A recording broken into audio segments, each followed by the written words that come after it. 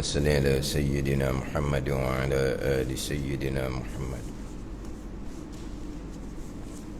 السلام عليكم ورحمة الله وبركاته.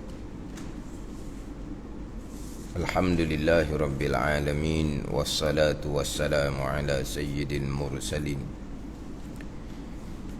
وعلى آله وصحبه أجمعين.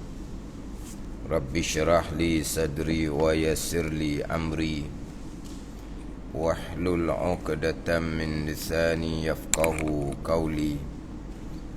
Subhanaka la ilma lana illa ma 'allamtana innaka antal alimul hakim. Wala hawla wala quwwata illa billahil aliyyil azim. Kitab Wisyahul Afrah, muka surat 3, baris yang ke-10 daripada bawah. Qala al-muallifu rahimahullahu ta'ala wa nafa'ana bi'ulumihi amin.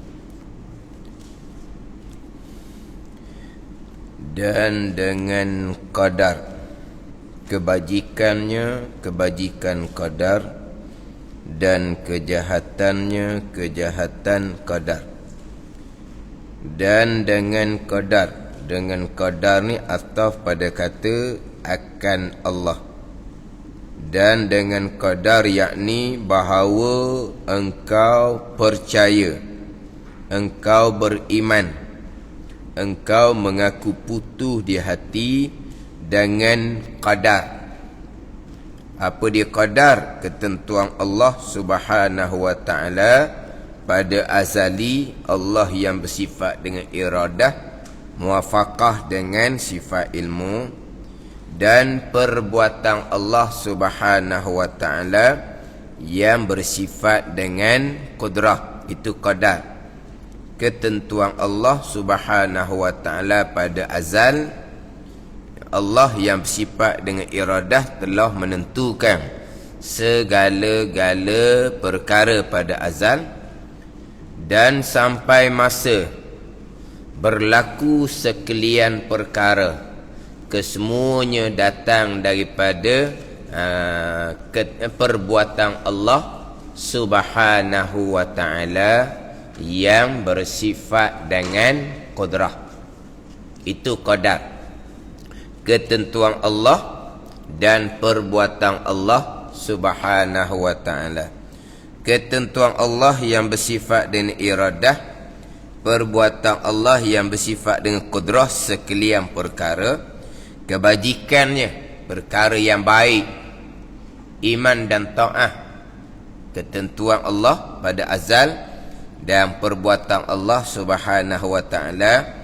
Dan kejahatan, perkara yang kejahatan, kufur dan maksiyah, ketentuan Allah Subhanahu wa ta'ala dan perbuatan Allah Subhanahu wa ta'ala yang bersifat dengan qudrah sekalian perkara.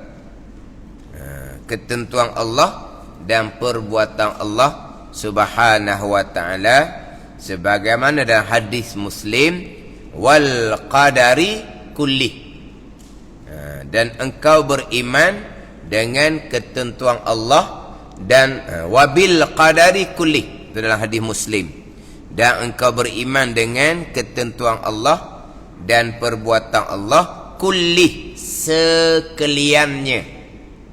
Ditaukidkan dengan kulli, sekaliannya adalah datang daripada ketentuan Allah dan perbuatan Allah Subhanahu wa ta'ala. Kemudian kita telah selesai pembicaraan berkaitan dengan ketentuan Allah Subhanahu wa ta'ala.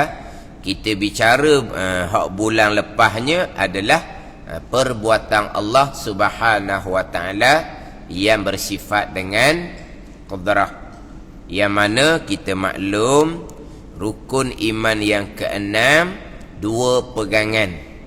Satunya ketentuan Allah yang bersifat dengan iradah qada atas jalanan Imam Asy'ari. Dan satu lagi pegangan kita adalah qadar, perbuatan Allah yang bersifat dengan qudrah. Jadi hak qada, ketentuan Allah yang bersifat dengan iradah, muwafaqah, selaras seiring dengan ilmu Allah Subhanahu wa taala. Kita bicara selesai.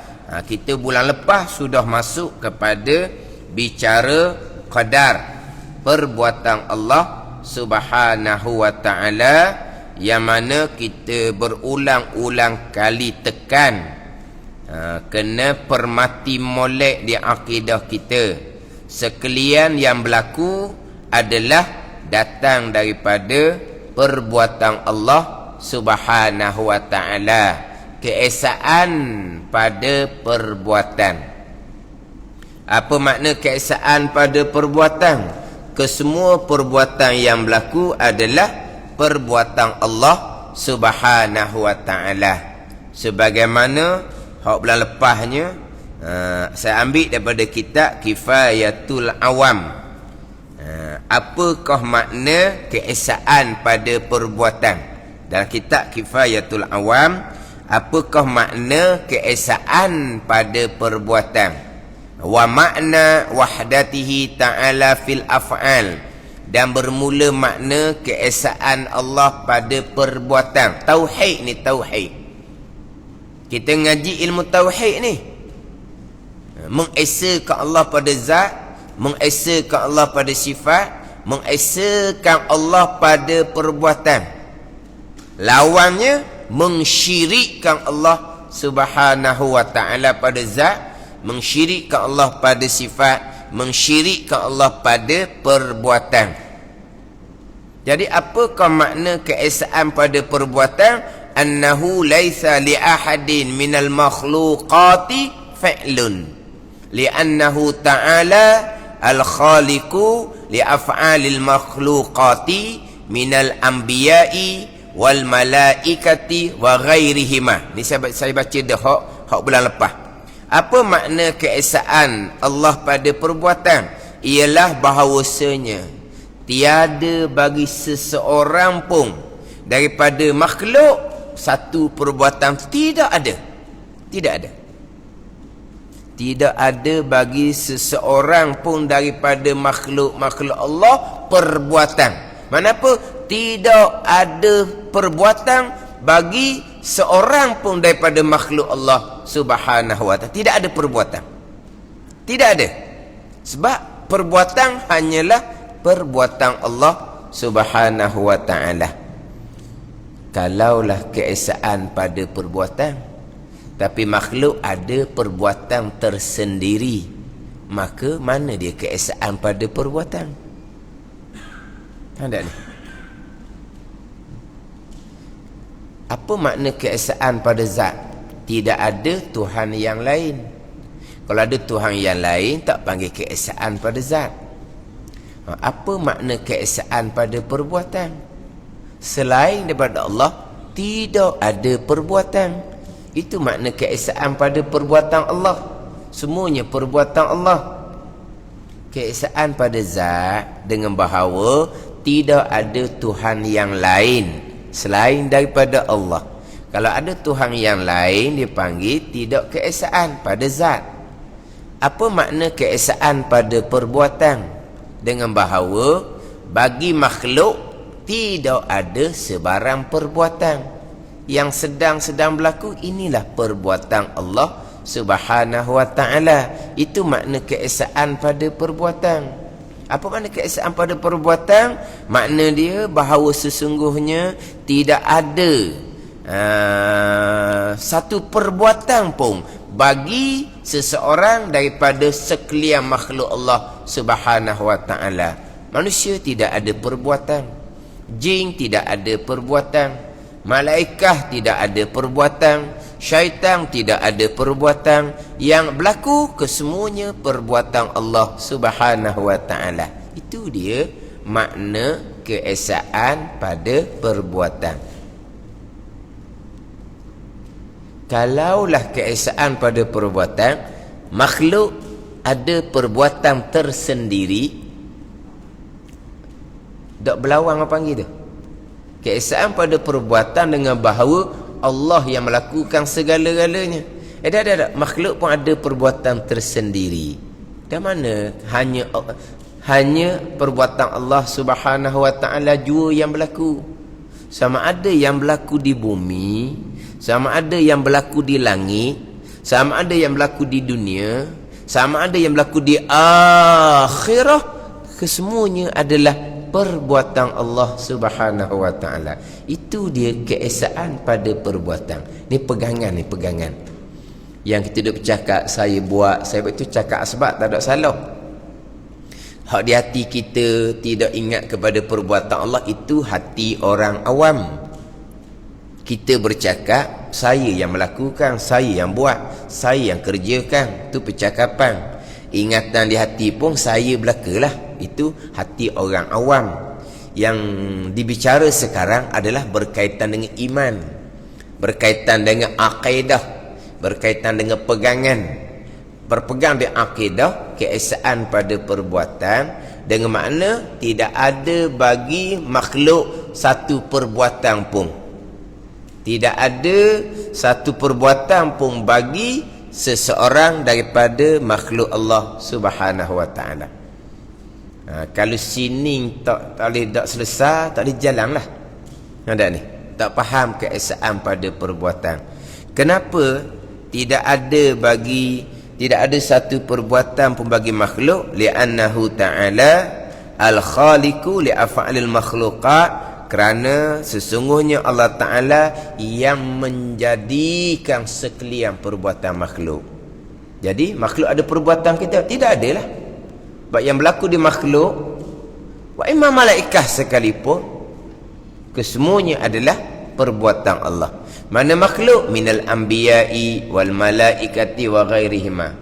Makhluk tu para nabi, para rasul. Yang berlaku perbuatan Allah. Makhluk tu para malaikat. Yang berlaku perbuatan Allah. Dan selain daripada nabi dan malaikat, daripada sekalian makhluk, tidak ada perbuatan. Tidak ada. Yang berlaku kesemuanya perbuatan Allah. Kesemuanya qadar daripada Allah yang bersifat dengan qudrah. Itu je. Tak ada payah apa pun. Sebab apa? Sebab sekalian. Tidak ada pembahagian. Kalau ada pembahagian, mungkin kita kena catat molek. Kalau ada pembahagian, ini perbuatan Allah mutlak, tak berkait dengan perbuatan makhluk. Hak ni perbuatan makhluk mutlak, tidak berkait dengan perbuatan Allah. Hak ni berkerjasama antara perbuatan Allah dengan perbuatan makhluk. Maka kena catat molek lah. Tapi kalau seumpama tu tak panggil keesaan tauhid pada perbuatan dah lah. Banyak syirik lah pada perbuatan seumpama tu. Tapi tidak ada pembahagian. Kesemua yang berlaku perbuatan Allah Subhanahu wa ta'ala, cukup simple, cukup mudah sekalian. Ni saya biasa sebut. Apa contohnya? Nak contoh apa lagi? Sekalian. Perkara ni perbuatan Allah juga. Perkara tu perbuatan Allah juga. Kalau tanya lagi seumpama tu, tak faham lagi lah. Tak payah tanya dah. Contoh tak payah minta dah. Satu-satu perkara, adakah itu perbuatan Allah? Itu perbuatan Allah. Itu pun perbuatan Allah. Kalau tanya lagi tu, tak faham lagi keesaan pada perbuatan. Contoh tidak payah. Sebab apa? Yang berlaku kesemuanya perbuatan Allah. Kalau nak contoh macam tadi, hak syirik tadi. Mana perbuatan Allah mutlak? Ni satu. Mana perbuatan Allah, perbuatan makhluk mutlak, tidak berkait dengan perbuatan Allah? Ini contoh dia. Perbuatan Allah berkongsi dengan perbuatan makhluk. Ini contoh dia. Boleh datang contoh sebab dia lain-lain. Tetapi apabila kesemuanya perbuatan Allah, tak perlu contoh. Kesemua, tak perlu tanya. Yang berlaku ni perbuatan Allah, tak payah tanya. Contohlah, ni nak contoh jugalah. Bergeraknya cincin ketika tangan kita bergerak, perbuatan Allah. Semuanya perbuatan Allah. Ialah betul lah bergerak tangan tu perbuatan Allah. Tapi di masa tangan bergerak, cincin bergerak, perbuatan Allah tu kata tak payah tanya. Sekalian perbuatan Allah. Allah perbuat gerak tangan je lah. Cincin yang tersarung tu Allah tak payah buat lah. Lucu keesaan pada perbuatan. Ada perkara yang berlaku, geraknya tangan perbuatan Allah, geraknya cincin di jari bukan perbuatan Allah. Tidak sekalian lah, tidak keesaan lah panggil. Sebab ada perkara yang berlaku, gerak tu lah yang terlepas daripada perbuatan Allah. Lucu Allah sebagai Rabbil Alamin. Allah Rabb, Allah Tuan. Hak dia berlaku tu. Gerak tangan Allah yang gerakkan. Gerak cincin Allah yang gerakkan. Tangan diam, cincin pun diam. Diamnya tangan perbuatan Allah. Allah Rabb, Allah Tuan, hak dia. Ketika jari tangan tu diam, cincin pun diam. Itulah dia perbuatan Allah Rabbil Alamin. Itu sahaja. Mana tak perlu contoh. Tapi dalam kitab datangkan juga. Takut kita tak faham lagi. Tak faham lagi keesaan pada perbuatan tauhid. Dalam kitab Kifayatul Awam, ketika menghuraikan keesaan pada perbuatan, ketika menghuraikan keesaan pada perbuatan, jangan kita hurai seumpama ni. Mana? Dalam kitab dia bahasa Arab lah. Laisa li ghairillahi fi'lun ka fi'lihi. Jangan hurai seumpama tu. Mana keesaan pada perbuatan? Tiba-tiba dihurai, tidak ada bagi selain daripada Allah. Makhluk lah selain Allah ni. Tidak ada bagi makhluk satu perbuatan yang seperti perbuatan Allah. Jangan hurai gitu. Jangan hurai gitu. Apa makna keesaan pada perbuatan? Tidak ada bagi makhluk satu pun perbuatan yang sama dengan perbuatan Allah. Sebab apa jangan hurai seumpama tu? Sebab boleh bawa faham makhluk ada satu perbuatan cuma tak seperti perbuatan Allah. Batil, salah gitu. Sebab makhluk tak ada perbuatan. Tak ada ni. Kita nak menghuraikan keesaan pada perbuatan. Nanti kita akan bicara ikhtiar usaha hamba. Kita akan sebutlah perbuatan hamba. Kita akan sebutlah usaha hamba. Ada ni, itu bicara lain. Dan kitab Kifayatul Awam ni, ketika menghuraikan, mentafsirkan keesaan pada perbuatan, jangan tafsirkan, jangan hurai dengan tiada bagi makhluk satu perbuatan pun yang seperti perbuatan Allah.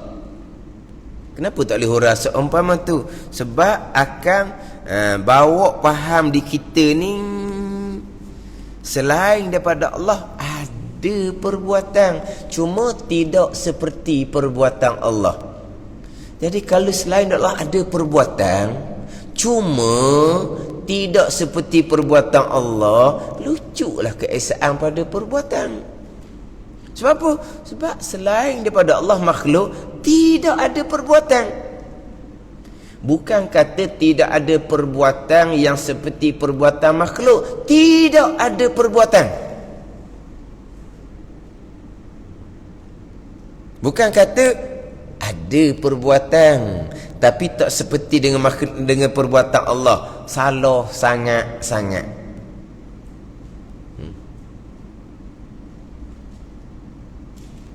Dia dalam bab ni kalau hak permulaan yang tak ada pengetahuan, jahil dalam bab akidah, hak ni dia kena peseng muzakarah. Dia tak boleh nak mengikuti kuliah sehala seumpama ni. Tak boleh ikuti kuliah sehala, tak boleh. Kita ni sehala. Kalau muzakarah dua hala. Bila dua hala boleh satu peringkat. Cerita molek-molek, awak fahamnya setakat mana, yang awak masalah keliru setakat mana, dia kena bincang satu peringkat. Dia kena dua hala. Itu dia panggil muzakarah. Adapun kita kuliah ini satu hala. Walaupun sebut kata bab ulang, satu-satu perkara memang saya ulang sangat-sangat. Bukan bab akidah, bab fiqh mudah pun saya ulang. Bab fiqh mudah pun saya ulang. Sama telah bab tauhid, tambahan pula bab tauhid ni bab qada dan qadar, rukun iman yang keenam memang sangat-sangat saya ulang. Bab fiqh mudah pun saya ulang. Hak fiqh mudah saya ulang pun kadang-kadang ada komen. Boleh faham sikit-sikit, mujuk ustaz ulang acak kali.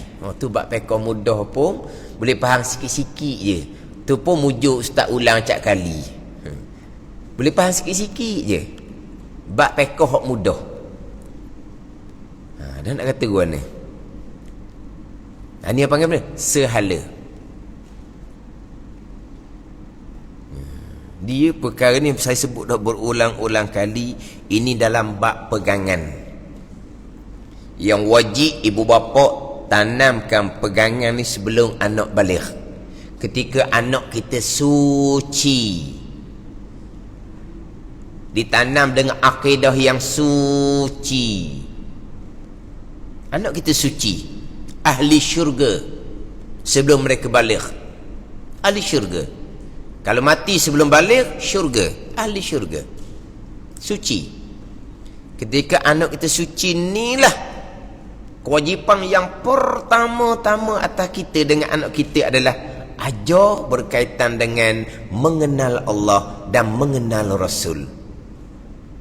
Ada ni. Bukan ajar semayang, bukan ajar ngaji Quran.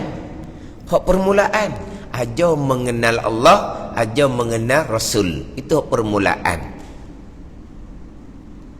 Ajarlah hak semayang, jangan salah faham. Ajarlah hak baca Quran, jangan salah faham. Tapi itu bukan ilmu agama yang pertama yang wajib kita ajar anak kita, bukan. Tapi kita wajiblah ajar semayang, ajarlah membaca Al-Quran. Tapi itu bukan ilmu yang pertama. Ilmu pertama, ajar mengenal Allah yang memerintah sembahyang. Ajar mengenal Allah yang Al-Quran adalah kalamullah. Al-Quran kalamullah. Nak ajar Al-Quran kalamullah, kena tuang kalam dahulu. Siapa tuang kalam Al-Quran? Allah Ta'ala. Ajar mengenal Allah. Sekarang ni kita bicara berkaitan dengan perbuatan Allah. Tiba-tiba perbuatan Allah, kita berpegang perbuatan makhluk. Maknanya tidak mengenal Allah, bahkan mensyirikkan Allah pada perbuatan. Kalau kita balik dalam keadaan tanpa mengenal Allah, mensyirikkan Allah pada perbuatan, maknanya kita balik hanya sebagai orang Islam, tidak sebagai orang Islam yang beriman. Kita maklum Islam kita warisi daripada ibu bapa, iman tidak warisi. Maknanya kita balik sebagai orang Islam pada zahir, tapi tidak beriman dengan Allah Subhanahu wa taala. Habis. Ni besar tanggungjawab kita ibu bapa ni. Bila balik dalam keadaan tanpa mengenal Allah, seumpama tu semayang rajin sangat-sangat, puasa rajin sangat-sangat, ni semua tidak akan diterima oleh Allah. Kemudian dalam keadaan kita balik, kita bertanggungjawab atas diri kita sendiri, yang mana tidak ditunaikan tanggungjawab terdahulu oleh ibu bapa kita. Kita ilmu pertama yang wajib kita belajar bila kita balik adalah mengenal Allah, mengenal Rasul. Itu ilmu pertama yang wajib kita belajar. Sebab kita sudah mukallaf, sebab kita sudah balik, kita sudah mukallaf. Maka ilmu pertama atas kita yang wajib kita belajar, mengenal Allah, mengenal Rasul. Itu kewajipan pertama, yang mana tidak ditunaikan kewajipan oleh ibu bapa kita sebelum kita balik. Itu kecuali ibu bapa. Sekarang ni naik pula pada kecuaian diri kita sendiri. Kita balik, kita tidak mempedulikan ilmu mengenal Allah, mengenal Rasul.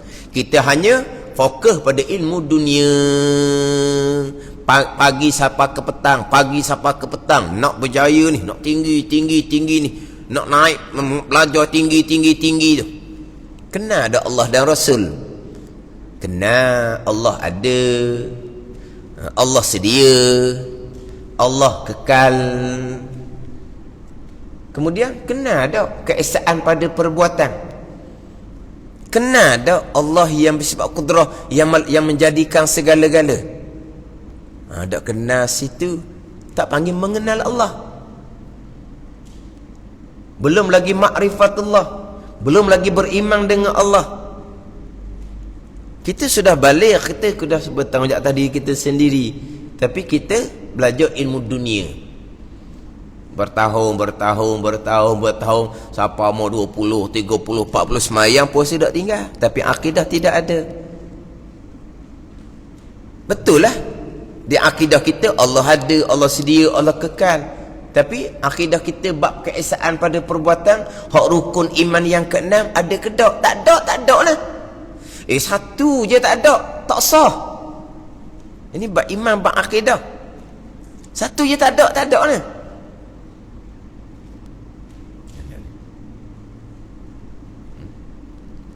Dia bukan macam rukun Islam. Semayang comel, puasa tak betul. Puasa lah salah. Semayang okey. Semayang comel, puasa comel. Zakat bayar tak kena. Tak kena asnaf ke apa ke, tak betul kita kata.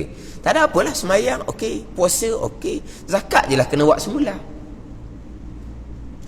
Haji hari tu pergi Mekah, rukun tak cukup, haji lah kena buat semula. Semayang tak kosek, puasa tak kosek, zakat tak kosek, hak rukun Islam. Hendak ni. Rukun iman lain. Beriman dengan malaikat, comel. Beriman dengan hari akhirah, comel. Barzah, tiup sangkakala pertama, kedua, bangkit, dihimpunkan di mahsyar, sampai bicara bab syurga neraka, comel. Rukun iman yang keenam, qada dan qadar, tak lulu, tak ada. Tidak sama dengan rukun Islam tu. Tak comel satu, tak betul satu, bagi hak tu sudahlah. Hak lain tak ni tak ada sakut. Bab rukun iman dak. Ni bab qada qadar, rukun iman yang keenam. Jadi bila kita belajar kemudian dalam keadaan kita zulmah dengan akidah yang sesat, ni payah nak turut. Atau kata dia kena muzakarah. Dia tak boleh sehala begini. Sebab apabila satu-satu peringkat tu dia tak boleh nak turut, kalau pergi juga, macam kita kata kawan tu rebah dah, kita dak sedar dia rebah, kita berjalan juga tengok belakang, lama mana dah kita dak erek dia, dah dia rebah, dah kita salah, dah tahu orang faham macam mana. Maknanya kalau umpama benang, bila kusuk kita tarik, akhirnya benang tak boleh pakai, kena buang terus kan. Ada ni. Maknanya kalau muzakarah, kita tak faham satu perkara, okey, duduk dulu. Kita bincang tu dulu, biar faham dulu molek. Clear dah, clear. Naik lagi. Alih pada alih. Naik lagi. Kusuk dalam bab ni. Kusuk. Kita ukar dulu kusuk tu, ukar dulu molek kusuk. Ada ni. Tak boleh kusuk tarik, benang tu tak boleh pakai. Ada ni. Itu perumpamaan. Sama juga dalam bab akidah ni. Selagi tak boleh faham apa dia keesaan pada perbuatan, tak boleh jalan. Apa ni keesaan pada perbuatan? Tidak ada bagi makhluk walaupun satu perbuatan. Sebab apa? Sebab kesemuanya Allah yang lakukan. Al-Khaliqu li'af'alil makhluk. Allah Ta'ala yang melakukan semua perbuatan makhluk. Tidak adanya perbuatan makhluk sehingga kan jangan engkau tafsirkan dari Ta'ifatul Awam, jangan engkau huraikan keesaan pada perbuatan dengan makna tidak ada bagi makhluk satu perbuatan yang seperti perbuatan Allah. Jangan hurai gitu, jangan. Salah hurai gitu. Sebab apa? Sebab faham di situ makhluk ada perbuatan, cuma tidak seperti perbuatan Allah. Tidak ada perbuatan bagi makhluk. Itu keesaan pada perbuatan. Itu sahaja. Ini perkara gaib. Zahirnya memang perbuatan kita. Gerak, diam, zahirnya kita yang buat. Semua zahirnya kita yang buat. Pada zahir. Tapi qadar ni perbuatan Allah gaib. Gaib. Boleh buktikan perbuatan Allah. Nak buktikan macam mana? Nak buktikan macam mana? Berlakunya gerak diam, nak buktikan perbuatan Allah gaib. Nak buktikan macam mana? Kita makan kenyang, perbuatan Allah, bukan perbuatan nasi. Buktikan nasi yang mengenyangkan. Nak buktikan Allah yang mengenyangkan, bukan nasi. Nak buktikan macam mana? Ini gaib. Samalah selama-lamanya kita beriman dengan kewujudan malaikat. Boleh buktikan? Tak boleh buktikan. Selama-lamanya kita beriman persoalan barzah. Boleh buktikan? Tidak boleh buktikan. Tapi macam mana keimanan kita kepada malaikat yang tidak boleh dibuktikan? Hak kiraman katibin yang mencatat kebajikan dan kejahatan pun ke pernah tersinggung, tersentuh dengan malaikat kanan kiri? Tak pernah. Gaib. Tapi macam mana kita boleh percaya tanpa sebarang persoalan? Macam mana kita boleh percaya kepada barzah tanpa sebarang persoalan? Bila kita percaya malaikat? Bila kita percaya barzah? Tua-tua ni baru kita percaya. Kita percaya sebelum balik lagi. Sebab tu clear, bersih kepercayaan kita. Mana apa? Khalis, bersih, licin kepercayaan kita. Bersih. Mana? Tak ada purang sikit abu. Faham tak purang?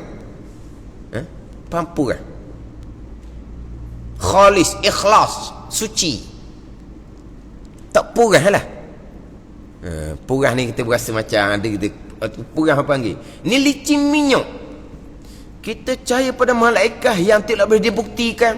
Kita percaya dengan barzah tak boleh dibuktikan. Kita percaya licin oleh kita percaya. Sebab apa? Sebab kita percaya ketika kita masih lagi suci. Ada ni. Sama juga dengan perbuatan Allah gaib. Kalau tanam kepercayaan pada perkara gaib ni pada masa suci, tak ada.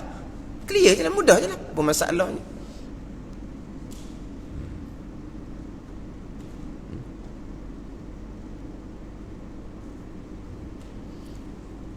Saya jumpa orang yang memanglah kalau kita pelik lah. Sebab dia yang mengepalai. Dia yang mengepalai tempat tu. Kalau bak kata imam pun dialah, tahlil talqin pun dialah, marhaban berzanji dialah, segala-galanya. Tapi bila bicara bak qada dan qadar, tersandar. Ini nak tengok. Yang kawan dia tu pula orang biasa saja, tidak ada peranan. Tapi ahli jemaah lah, berjemaah 5 waktu, tapi tidak ada peranan lah, tak pernah duduk depan lah. Kalau kita kata ke orang hok debel lah, mendapat pahala nak lepas orang, pasal gitulah. Tapi orang bukan semayang bang saja, orang berjemaah. Bila bicara perkara yang sama di tempat yang sama, apa masalahnya? Saya tak okey. Ni cerita orang dulu, duduk tak okey lah orang dulu ni, bukan ayah. Dia kata tak okey, saya ajar ni daripada saya budak lagi. Ada benda gitu lah. Padahal ni orangnya tak ada benda pun apa. Tak ada benda duduk depan lah. Orang semayang bang tak tinggal. Tapi maknanya tak ada kehadapan. Tapi bila cerita bab pegang, kenapa? Apa masalahnya? Tiba-tiba dialah pula yang ruka panggil. Ukar masalah hak ni, hak Tok Imam, hak Tok Syekh Tahlil, hak Tok Syekh Abang Bezanji. Dia ukar. Ada ni. Jadi hak ni gini dia pun cerita. Musakarah. Ada. Jadi macam mana hak seorang ni clear bagi dia dengar ada apa hak kawan ni terduduk tak boleh nak turun. Ni berkata beza ni antara tanam akidah gaib sebelum baligh dengan baligh dalam keadaan tanpa akidah. Baligh tanpa akidah. Besarlah persoalan atas kita ibu bapa kalau kita tidak dididikan usuluddin kepada anak kita sebelum mereka baligh. Kita akan dipersoalkan di hari akhirat. Kita wajib bertaubat dengan Allah Subhanahu wa taala. Ada dia. Cuma dia kata hak ustaz cerita tu qada ke saya dengar clear je. Cuma hak nama-nama tu saya dak uti dia kata. Salah tu tahulah. Tapi apa nama salah tu, Qadariyah ke, Jabariyah ke, tu saya dak erti dia kata, tapi tahu lah. Kalau ustaz sebut salah tu, saya tahu salah. Tapi nama apa salah tu, pahamang dia nama apa, saya tak tahulah. Tapi tahu betul salah. Itu saja. Sekalian qada. Sekalian. Habis. Hak Tuhan belaka. Tu je lah. Gimana? Mana kena mati molek di keesaan pada perbuatan. Kesemuanya perbuatan Allah. Senaklah tidak ada sebarang perbuatan. Bukan tidak ada perbuatan yang seperti perbuatan Allah. Tidak ada perbuatan. Terdetik di hati, perbuatan Allah. Berkelip mata, perbuatan Allah. Bergerak nadi, perbuatan Allah. Datangkan contoh juga. Patut datang contoh dah. Semua perbuatan Allah. Clear? Ini qadar, perbuatan Allah Subhanahu wa ta'ala yang bersifat dengan kudrah. Kemudian hak bulan lepas saya pergi kepada hak perbuatan ikhtiari, perbuatan ittirari. Kemudian bab ikhtiar usaha seseorang hamba pecah kepada ahli sunnah wal jamaah, qadariyah dan jabariyah. Cuma hak qadar jabariyah tu saya hanya sentuh secara ringkas, tak cerita panjang lagi hak bulan lepas. Dia beginilah, sama ada perbuatan tu ikhtiariyah ataupun perbuatan tu ittirariyah, kesemuanya perbuatan Allah. Hak tu dulu situ. Duduk situ dulu. Bukan duduk situ dulu, memang duduk situ dah. Hak keesaan pada perbuatan. Memang duduk situ dah. Kan? Ni lebih daripada ulang ni, kata ulang. Dah lah kita kuliah bulanan. Bila nak bergerak kitab. Ni hak kuliah Tuhan ni, hak rukun iman yang ke-6. Nanti kuliah maghrib pula. Rukun iman baru hak malam tadinya masuk pada rukun iman yang pertama. Satu pula tu. Sebab duha, maghrib orang lain-lain. Ke macam nak cerita? Jadi perbuatan ikhtiari ni hanya sanda je kepada hamba.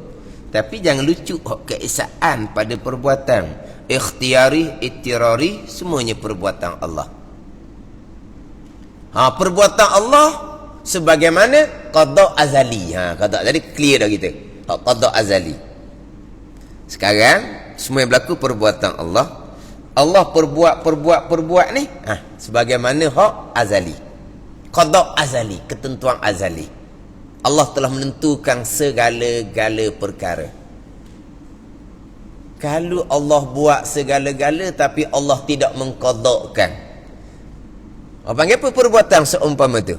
Perbuatan serta dengan khayal apa? Khayal. Kita buat satu-satu perkara, orang tanya kita, dah kamu buat seumpama tu bila kamu cadang? Tak tahu? Saya gok tangan je ni, saya buat. Bengong dah tu. Bengong dah tu.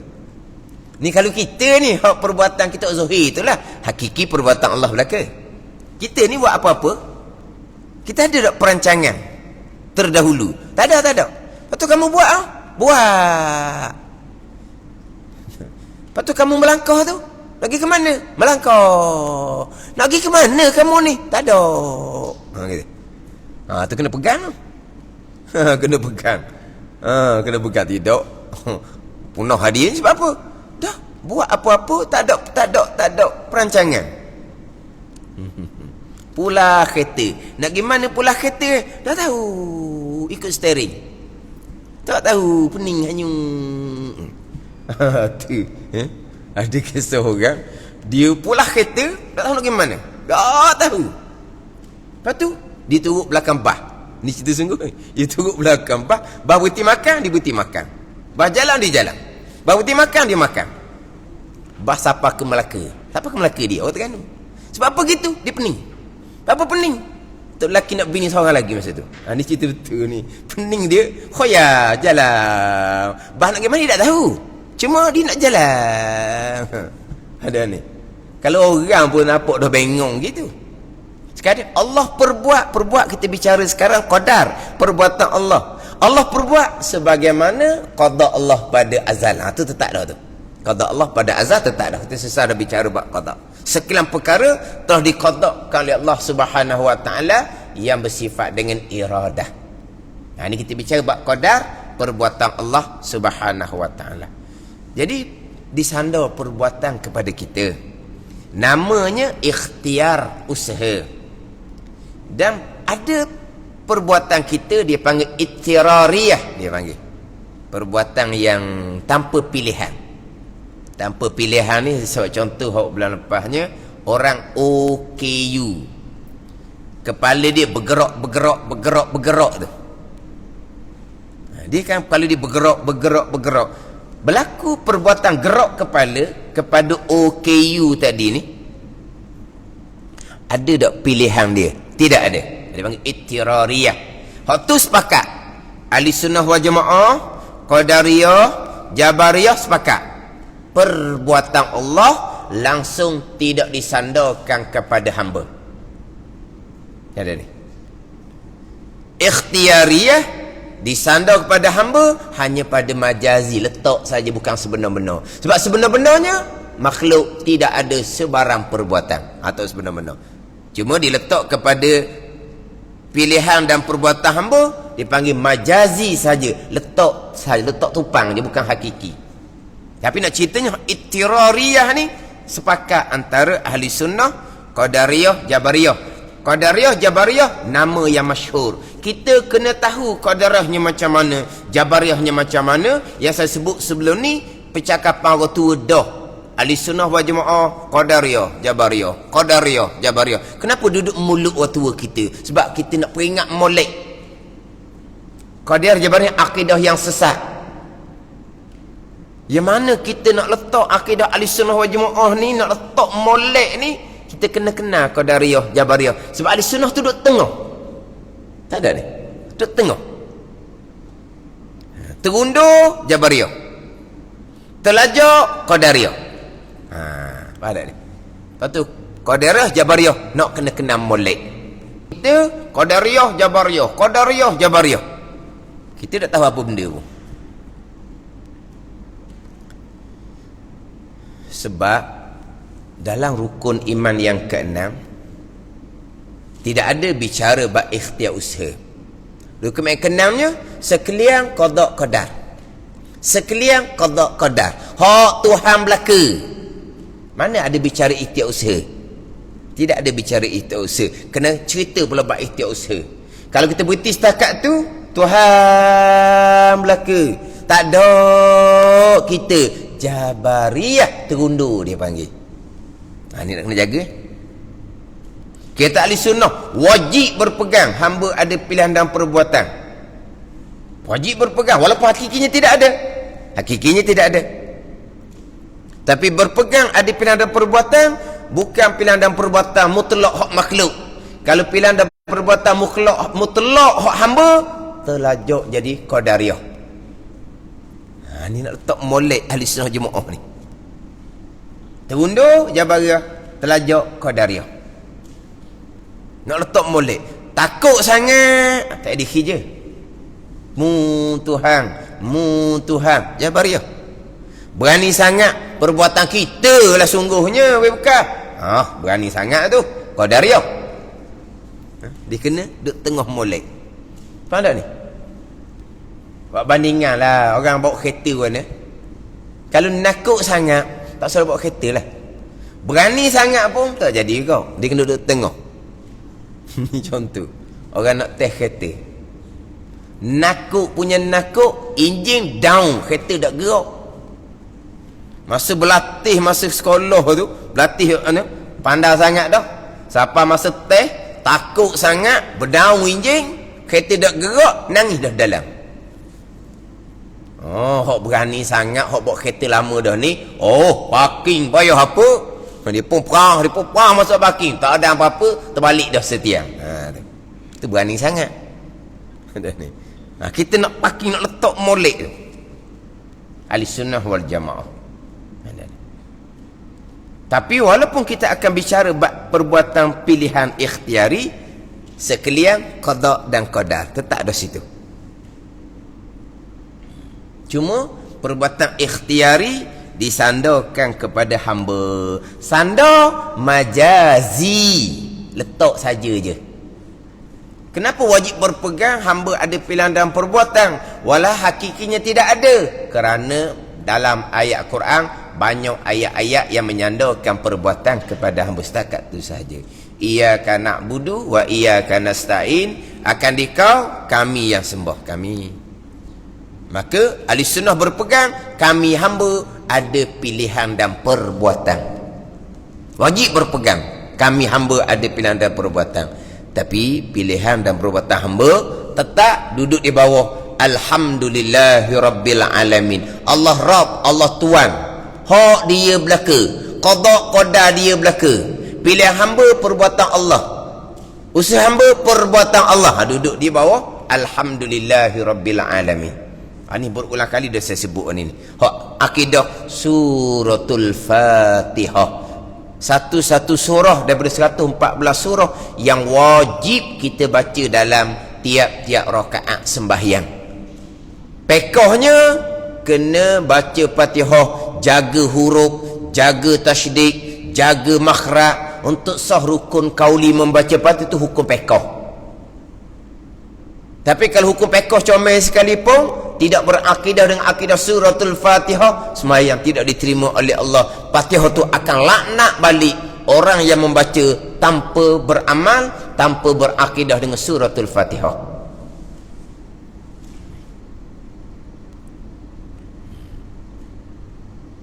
Jadi maknanya disandar kepada hamba, sandar majazi sahaja. Hak ni hak saya biasa buat ni datangkan sebagai pengajaran kepada kita. Hak dalam rakaman-rakaman. Rakaman ni pula rakaman orang-orang yang berkenaan. Orang-orang yang berkenaan. Dia membahagikan takdir ni. Dia membahagikan takdir ni kepada dua. Satunya dia panggil takdir mutlak. Satunya dia panggil takdir ikhtiari. Dia panggil gitu. Tapi kita faham tak takdir? Ketentuan Allah pada azal, perbuatan Allah sekarang. Itu takdir. Apa dia takdir? Ketentuan Allah pada azal, perbuatan Allah sekarang. Itu takdir. Cuma dibagi dua, mutlak dengan ikhtiari. Tapi bagi kitanya jelas, hak mutlak ke hak ikhtiari ke nama saja. Tapi hakikinya sekalian qada dan qadar. Hak mutlak sekalian qada dan qadar. Hak ikhtiari sekalian qada dan qadar. Sekalian keesaan pada perbuatan. Selesai je sikit kitanya. Bagilah mutlak ke ikhtiari ke bagi. Tapi sebut kata takdir, ketentuan Allah dan perbuatan Allah sekalian, sama ada mutlak ataupun ikhtiari. Apa dia contoh hak mutlak yang tidak ada sangkut paut dengan kita, yang tidak ada campur tangan kita? Mana contohnya? Buat langit, buat bumi, buat siang, buat malam, lahirkan seseorang, matikan seseorang. Memang ada kaitan dengan kita? Tidak ada. Memang kita berpegang seumpama tu? Tidak ada.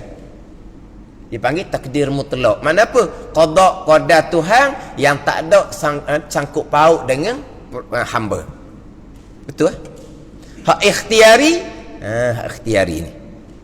Mana ikhtiarinya? Selepas dilahirkan, kita ada pilihan, kita ada perbuatan. Pada zahir, hakikinya sama dengan mutlak tu juga. Sebab apa? Sebab sekalian.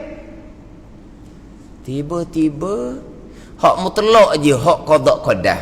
Hak ikhtiari ni, hamba diberi pilihan sebebas-bebasnya. Allah tidak menentukan, Allah tidak menetapkan. Allah hanya mengetahui. Dilucuk qada azali. Jadi qada azali hanya buat langit, hanya buat bumi, hanya buat siang, hanya buat malam, hanya lahirkan seseorang pada waktu bila, di tempat mana, ibu mana, lelaki ke jadi dia, perempuan ke jadi dia. Itu sahaja qada qadar. Selepas daripada tu, hidup kita berapa tahun sekalipun, kita diberi kebebasan sebebas-bebasnya. Allah hanya mengetahui sahaja. Tak ada. Qada Allah tidak ada. Lepas tu berlaku tu dengan keizinan Allah. Allah melakukan? Tidak. Allah membenarkan, Allah membiarkan. Qada pun tidak ada, qadar pun tidak ada. Jadi qada qadar hanya buat langit, buat bumi, buat siang, buat malam sahaja. Mana sekalian perkara? Ini dalam rakaman orang-orang yang berkenaan ni. Orang berkenaan. Orang yang menjadi ikutan ramai. Jadi hak qada qadar buat langit, buat bumi saja. Yang berlaku di kita puluh-puluh tahun kita hidup ni, Allah tak beri pilihan, beri kebebasan sebebas-bebasnya. Allah hanya mengetahui, Allah tidak menentukan.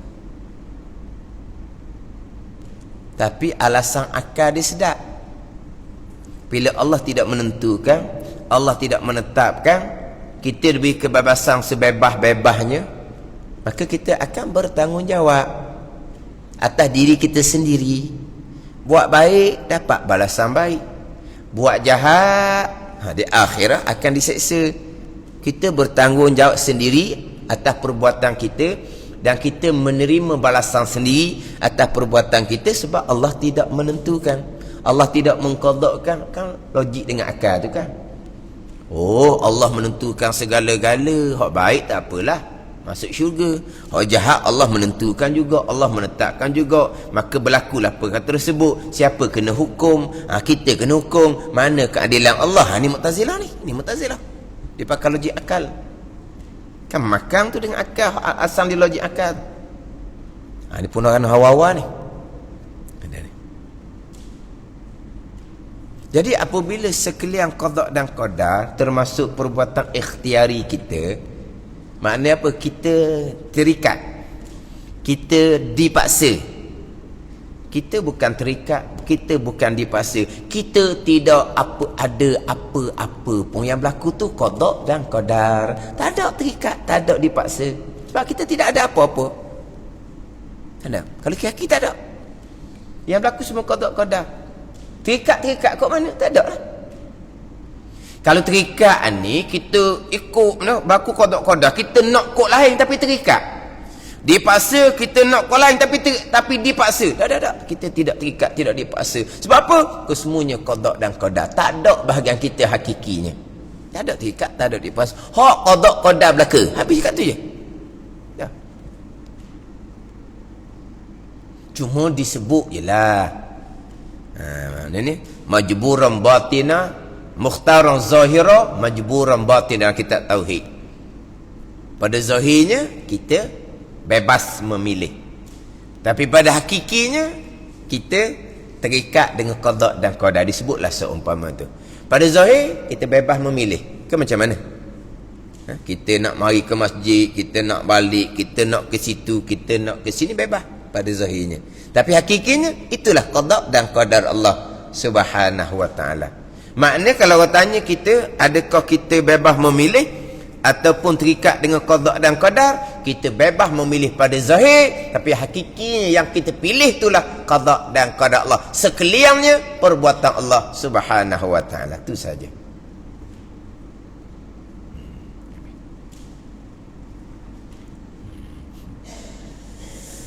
Kita bulan ni tak habis lagi ni rukun kenang ni. Separuh masa dah, cukup dah sejam. Ada sejam lagi.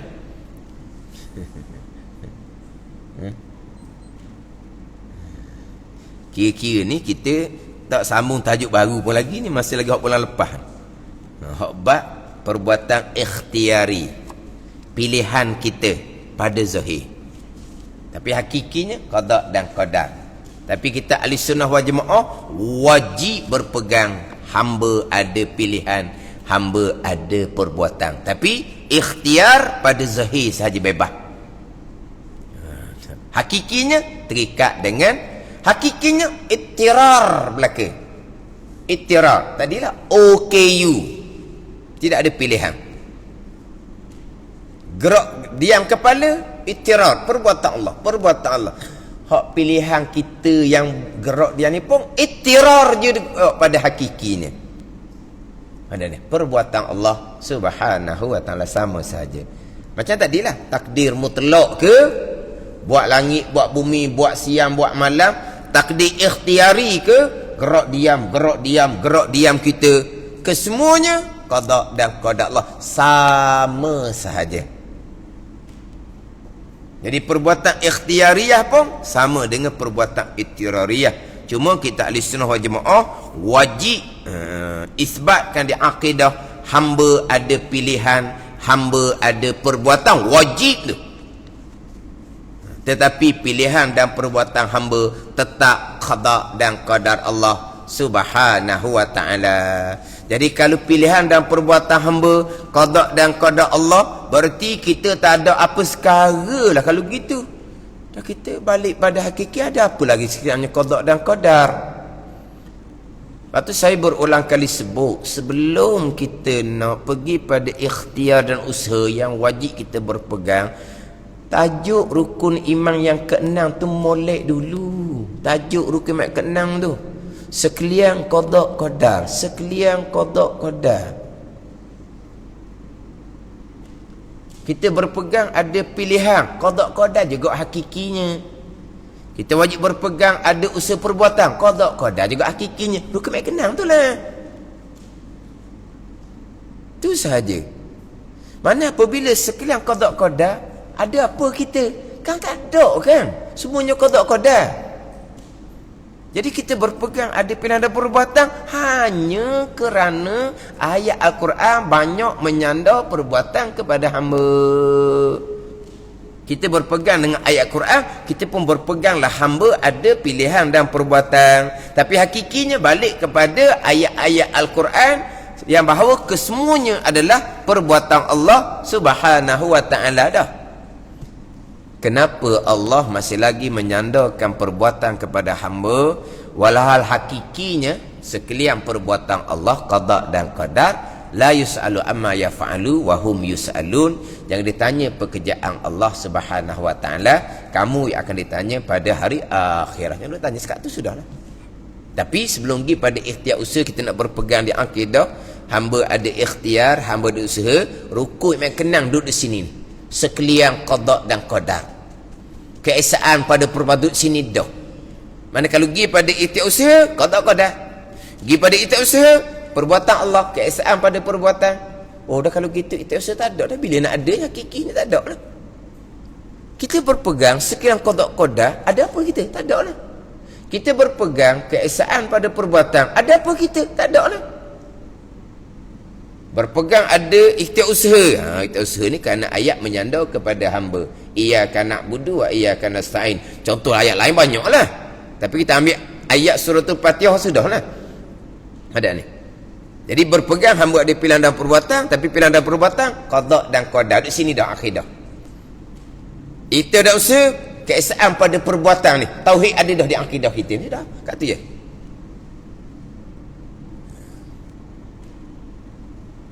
Tak ada ni.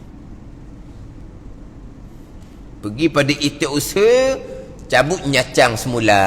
Hak kita mutlak. Lucuklah keesaan. Lucuklah sekalian qada dan qadar. Kalaulah pilihan dan perbuatan kita tu mutlak hak kita, selama-lama kehidupan ni bukan pilihan perbuatan, pilihan perbuatan selama-lama kehidupan kita ni. Hak terjadi itirari tu jarang-jarang sekali hak tu. Hak sama-samanya pilihan perbuatan, kita pilih kita buat, kita pilih kita buat. Jadi kalaulah mutlak hak kita, mana hak Tuhan? Betul hak Tuhan melahirkan kita, mematikan kita. Hak tengah tak ada hak Tuhan. Tu Rabbil Alamin seumpama tu. Itu rukun nikmat kenang sekalian qada seumpama tu. Kan jauh lagi tu. Memanglah pada zahirnya begitulah. Pilihan perbuatan, pilihan perbuatan. Hakikinya hak gaib sekalian qada dan qadar. Hak qada itu azali.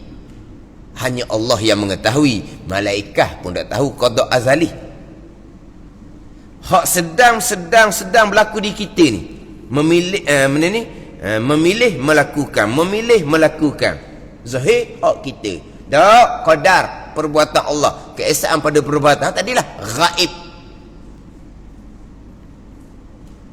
Inilah termasuk ayat allazina yu'minuna bil ghaibi wa yuqimuna shalah ni. Siapa orang yang bertakwa? Hudal lil muttaqin. Al-Quran menjadi petunjuk bagi orang yang bertakwa. Siapa orang bertakwa? Yang pertamanya alladzina yu'minuna bil ghaib. Mereka yang beriman dengan perkara gaib. Qada azali. Hanya Allah yang mengetahui. Qadar yang sedang berlaku sekarang ni zahirnya perbuatan makhluk zahir. Tapi dah qadar perbuatan Allah gaib.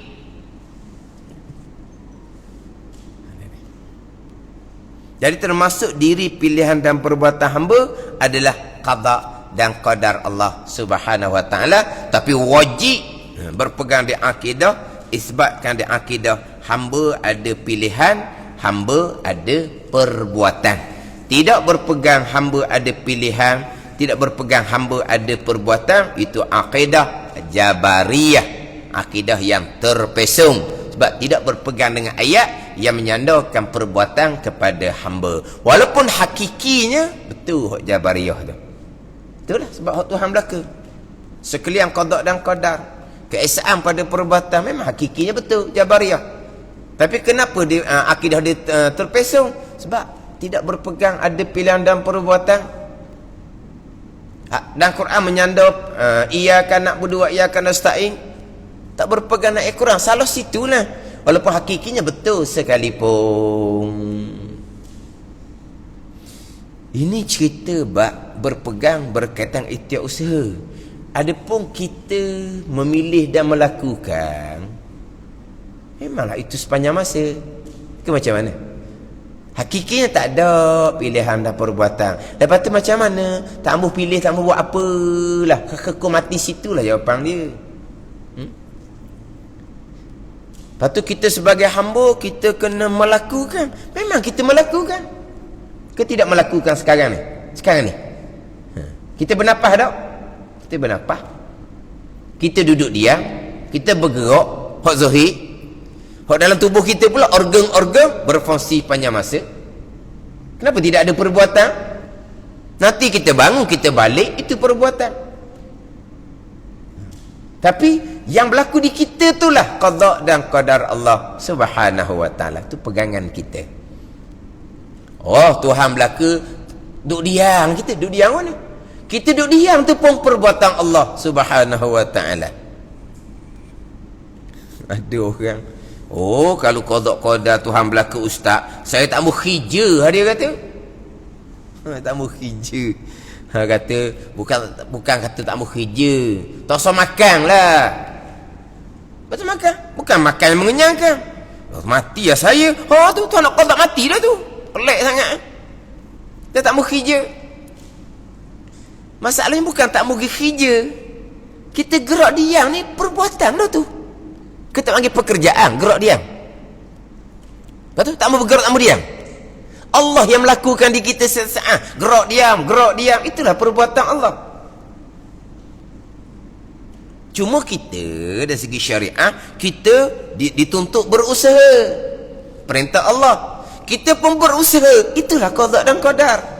Pemalah kitanya, itulah qada dan qadar. Tapi pemalah benda tak baik, haram, sandar pada qada dan qadar. Di sebuah percakapan, pegangan memang qada dan qadar, termasuk pemalah tu. Tak timbul lah kalau gitu, tak mau buat apa-apa. Tak mau buat apa-apa. Apa di kita ni berlaku apa-apa setiap saat. Yang berlaku di kita ni setiap saat. Apa dia tu? Af'alullah, perbuatan Allah. Qadar, keesaan pada perbuatan. Sama aja kita zahirnya. Zahir sama aja. Kita orang Islam yang beriman, yang berpegang qada dan qadar. Orang Islam yang tidak beriman dengan qada dan qadar. Orang kafir hok tak ada Tuhan, apa yang berlaku sama saja, gerak diam, sama saja. Semuanya perbuatan Allah. Yang berbezanya akidah kita. Apa yang berlaku di kita, qada dan qadar Allah Subhanahu wa taala. Apa yang berlaku di kita, keesaan Allah pada perbuatan.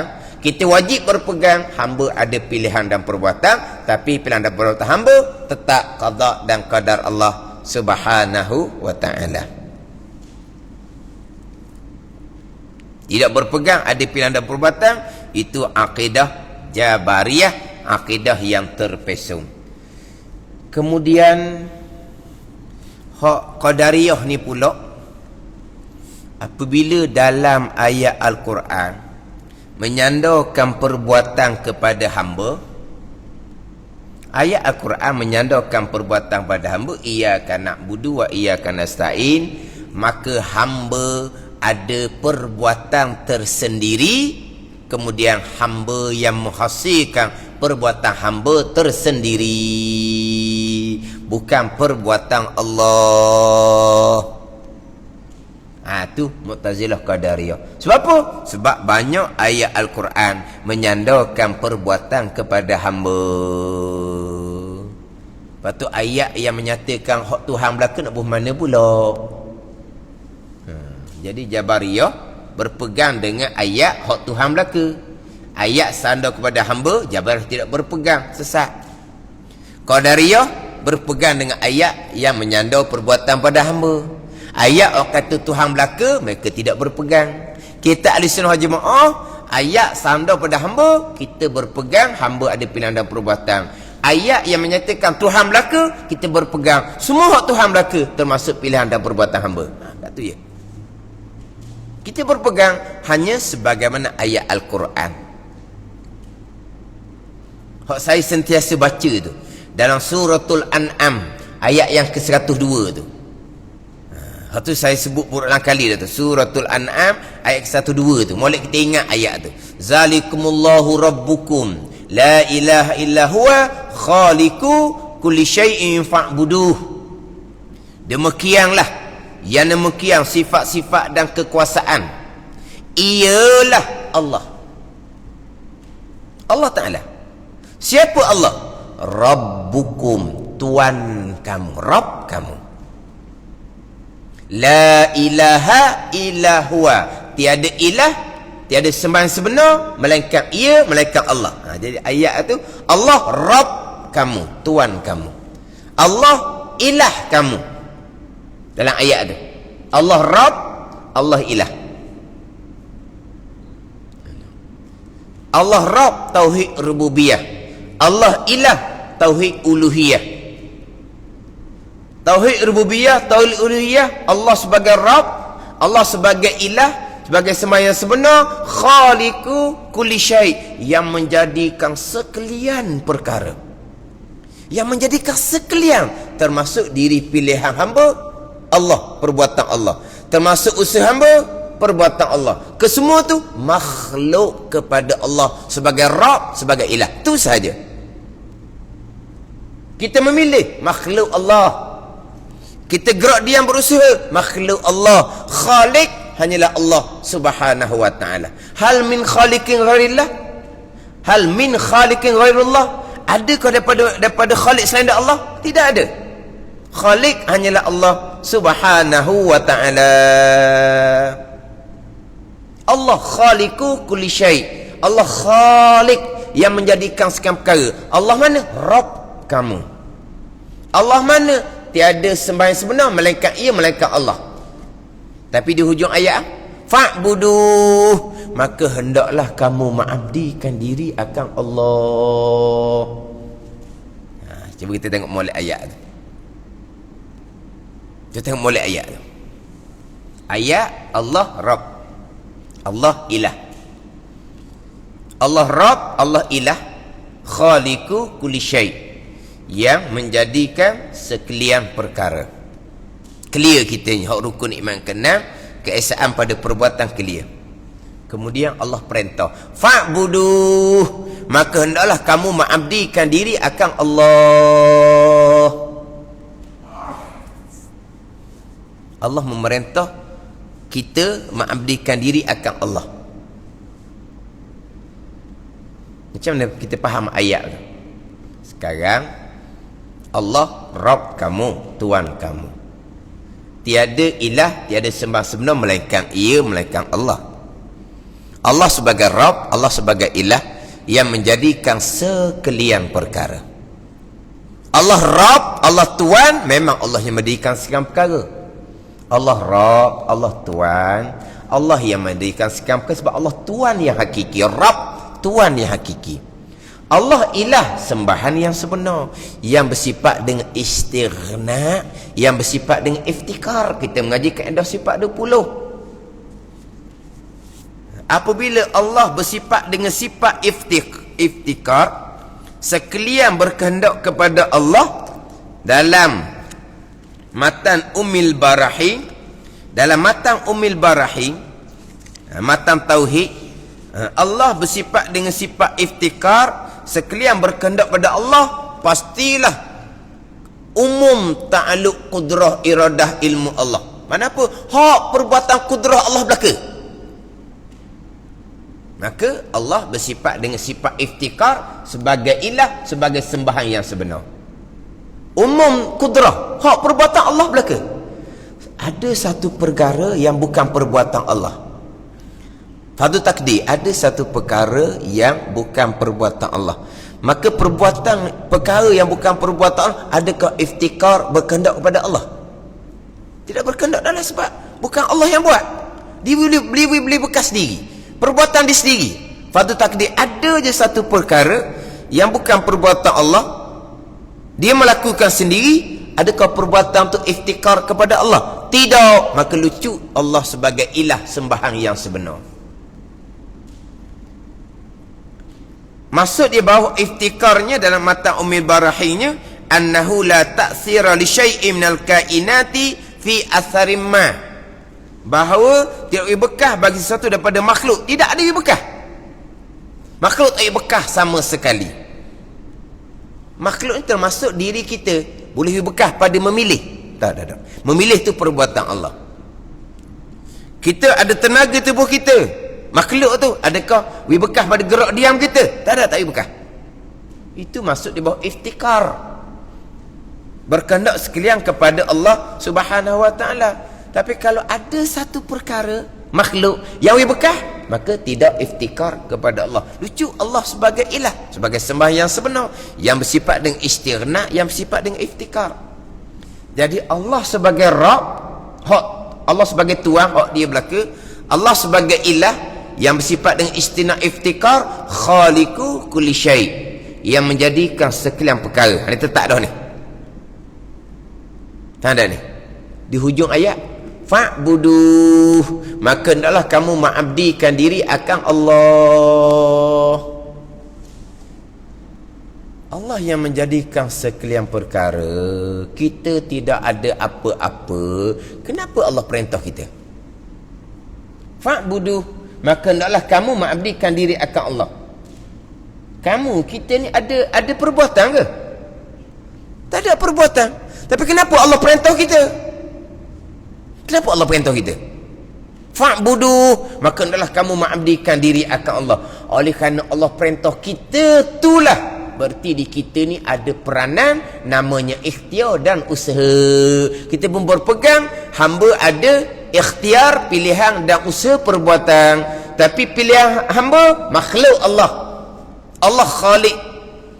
Usaha hamba makhluk Allah. Allah Khalik. Itu jelah. Maknanya kenapa wajib berpegang hamba ada pilihan dan perbuatan? Sebab ayat Quran menyuruh kepada hamba. Ayat Al-Quran melarang kepada hamba. Ayat suruh, ayat larang inilah hamba wajib berpegang ada pilihan dan perbuatan. Kalau tidak berpegang hamba ada pilihan dan perbuatan, Allah suruh pada siapa? Allah larang kepada siapa? Kepada hamba yang tidak ada apa sekara. Boleh tak contoh-contoh? Kayu, batu, tak ada apa sekara. Boleh tak kita nak suruh kayu batu? Boleh tak kita nak larang kayu batu? Kita suruh kayu batu buat sekian-sekian. Kita larang kayu batu jangan buat sekian-sekian. Boleh suruh, boleh larang tak kepada hak tak ada apa-apa kayu batu? Tak boleh. Jadi apabila Allah menyuruh kepada hamba, Allah melarang kepada hamba, hamba mesti ada peranan namanya ikhtiar dan usaha. Tapi itu usaha hamba tetap makhluk kepada Allah Subhanahu wa ta'ala. Itu saja. Jadi dalam suratul An'am ayat 1-2 tu, Allah sebagai Rabb, Allah sebagai ilah yang menjadikan segala perkara, tapi fa'budu di hujung tu Allah memerintahkan kita supaya mengabdikan diri akan Allah. Berarti kita ni ada pilihan namanya ikhtiar dan usaha. Wajib berpegang. Ada ni. Tapi itu usaha bekas ke tak? Dah tak. Allah khaliqu kulli syai'. Qadariyah dak. Hamba ada itu usaha hamba lah yang bekas sendiri. Mana ayat khaliqu kulli syai'? Allah yang menjadikan sekian perkara. Pada ni. Batu kata Jabariyah berpegang dengan ayat hak Tuhan belaka, ayat yang menyandar kepada hamba, tidak, mereka berpegang akidah sesat. Qadariyah berpegang ayat yang menyandarkan perbuatan kepada hamba, tetapi tidak berpegang segala-galanya perbuatan Allah. Itu Qadariyah. Jadi Qadariyah berpegang Allah letak kekuatan di hamba. Allah letak kekuatan di hamba. Kudrah. Kudrah Allah, kudrah yang qadimah. Dia kudrah yang sedia kala. Kudrah kita, kudrah hadisah, kudrah yang baru. Kita ada kudrah. Apa dia kudrah? Tenaga. Tuhan letak di kita. Kita merasai berbeza ketika Tuhan letak kudrah dengan ketika Tuhan tarik kudrah yang ada di kita. Kita merasai perbezaan. Kita bangun pagi, Allah rasa sedar hari ni. Apa tu? Tuhan letak kudrah di kita. Tidur cukup, apa semua, kita bangun pagi, kudrah kita bertambah. Mari mana kudrah tu? Allah Ta'ala yang letak di tubuh kita. Allah Ta'ala letak kudrah di tubuh kita. Qadariyahnya, kudrah itulah sendiri yang menggerak diamkan usaha hamba, dan kudrah itulah sendiri yang menghasilkan perbuatan hamba. Dia kata itu Qadariyah. Ada ni. Sekarang ni makhluk Allah. Tubuh kita ni makhluk Allah. Di tubuh kita ni Allah letak kudrah yang baharu, dia panggil. Kudrah tu pun makhluk Allah. Zahirnya kita makan cukup, tidur cukup, rehat cukup, tenaga kita dah. Ke minum Milo. Minum Milo tau. Minum Milo anda jadi sehat dan kuat itu. Ada orang yang ngajar, ada orang ceramah. Inilah kesyirikan yang paling besar, dia kata. Apa kesyirikan paling besar? Milo, dia kata. Tu cakap sebab syirik apanya? Ada tukar ceramah. Dia kata kesyirikan yang paling besar elang Milo. Syirik. Siapa? Sebab Milo lah yang menjadi anda sihat dan kuat. Elang ni 30 tahun dah saya rasanya. Kita masa budak-budak main bola tu minum Milo sama. Sebab apa dah main bola? Dia kata sihat dan kuat. Nak main bola minum Milo. Tu kesyirikan yang paling besar. Salah. Itu hanya cakap asbab je. Kalau gitu elang gitu belaka. Elang apa? Elang sabung. Inilah sabung pegang kan? Kan elang sabung tu kan elang sabung. Lalu je sabung tu kan pinggang tu kan licing. Tak ada sabung betul. Tu bukan sabung baju sabung ni. Sabung bukan sabung lah. Tu hok pinggang tu apa? Hok pinggang tu. Hok sabung tu baju, hok pinggang tu apa? Sunlight. Kan dia lalu tu licing pinggang. Memang elang gitu belaka. Sabung ni power. Tu cerita asbab je. Sama je dengan elang Milo tu. Siapa ke elang Milo, minum Milo, anda jadi sihat dan kuat, itulah kesyirikan yang besar. Itu hanya cakap asbab je. Sama lah kalau minyak pelincir tu kan. Dia punya minyak pelincir tu kan, enjin dia laju. Buh minyak pelincir tu kan. Semua elang itu belaka. Itu cerita asbab je. Jadi kita pun jadi sihat. Jadi sihat kita ni. Mari mana kudrah ni? Allah yang jadikan. Bukan kerana makan, bukan kerana tidur, bukan kerana rehat, bukan kerana makan pemakanan apa, bukan. Itu asbab zahir. Kita pun bertenaga. Qadar berpegang, tenaga tu sendiri yang memberi bekah. Memberi bekah pada apa? Pada menggerak diamkan seseorang dan pada menghasilkan usaha seseorang. Itu qadariyah. Qadariyah ni berat. Sebab mensyirikkan Allah pada perbuatan. Jabariyah tidak mensyirikkan Allah pada perbuatan. Tapi Jabariyah akidah yang sesat. Akidah terpesong. Tapi sesat Qadariyah lagi. Sebab Qadariyah mensyirikkan Allah pada perbuatan. Dalam kitab Tahqiqul Maqam, syarah pada Kifayatul Awam, dan kitab Tuhfatul Murid, kapi Majusi lebih bertuah daripada Qadariyah. Dia kata gitu. Kapi Majusi lebih bertuah, lebih berbahagia daripada Qadariyah. Apa kapi Majusi ni kapi ni lebih betul macam mana? Sebab kapi Majusi Tuhan dua je. Tuhan Nur, Tuhan Zulmah. Ni Majusi. Tuhan Nur buat kebaikan, Tuhan Zulmah buat kejahatan. Ni Majusi. Ada ni. Dua je Tuhan. Tapi Qadariyah lagi banyak Tuhan. Mana Tuhan? Allah letak kudrah di seseorang. Kudrah tu beri bekah. Kudrah tu Tuhan. Allah letak kudrah di seseorang yang lain. Kudrah di seseorang yang beri bekah. Tuhan juga. Allah letak lagi kudrah di seseorang yang lain lagi. Kudrah di seseorang yang lain lagi beri bekah juga. Itu pun Tuhan. Berapa bilion Tuhan? Kapi Majusi dua Tuhan. Tuhan Nur, Tuhan Zulmah. Qadariyah ni banyaklah Tuhan. Ni kita ada tenaga belaka ni. Ada tenaga belaka. Ada kudrah berkata tenaga tak boleh mari masjid ni. Tiba-tiba tenaga tu beri bekah. Tuhan lah tenaga tu. Dah berapa ada Tuhan? Ni Qadariyah. Mana lebih bertuah kapi Majusi lagi dengan puak Qadariyah ni. Mensyirikkan Allah pada perbuatan. Banyak Tuhan.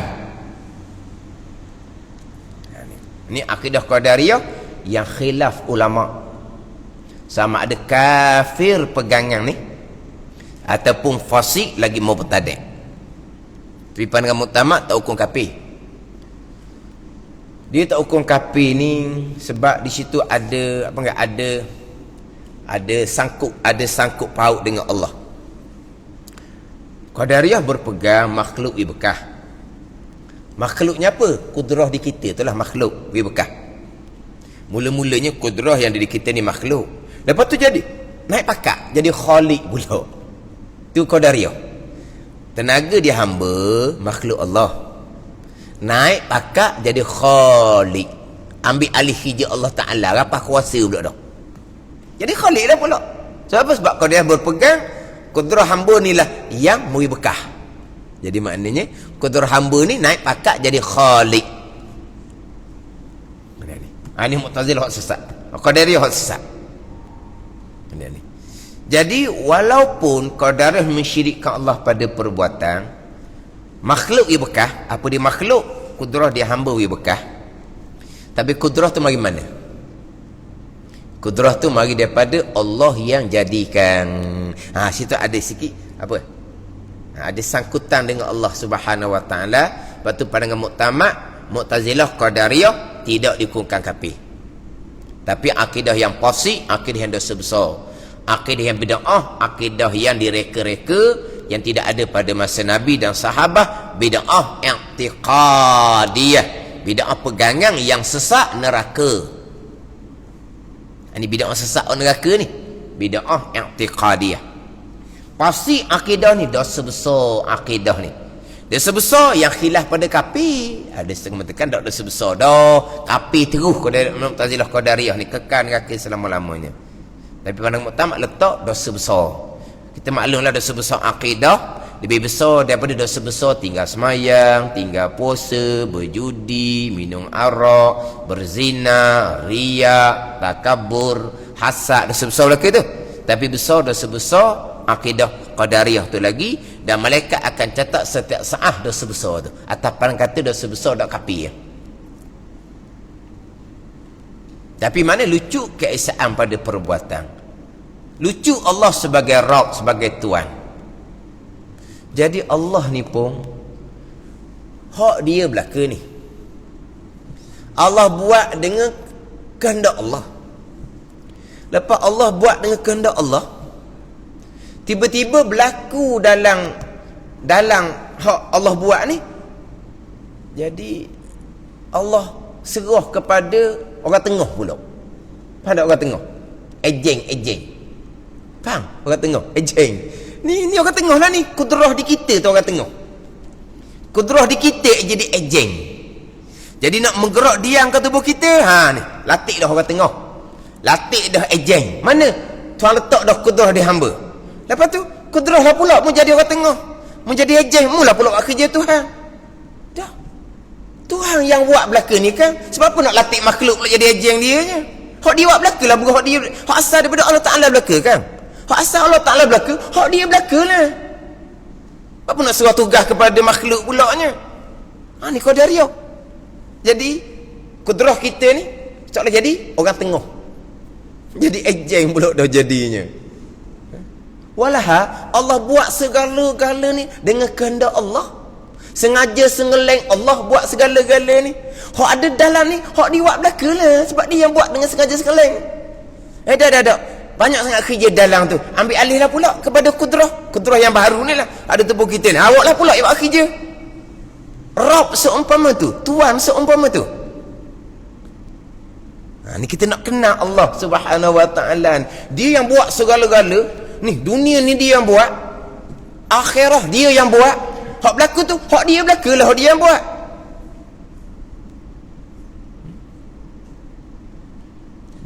Tuhan buat langit bumi, Tuhan buat dunia, Tuhan buat akhirah dengan kehendak Allah. Sengaja sengeleng Allah. Lepas Tuhan buat dengan sengaja sengeleng Allah, hak berlaku, hak dia berlaku lah.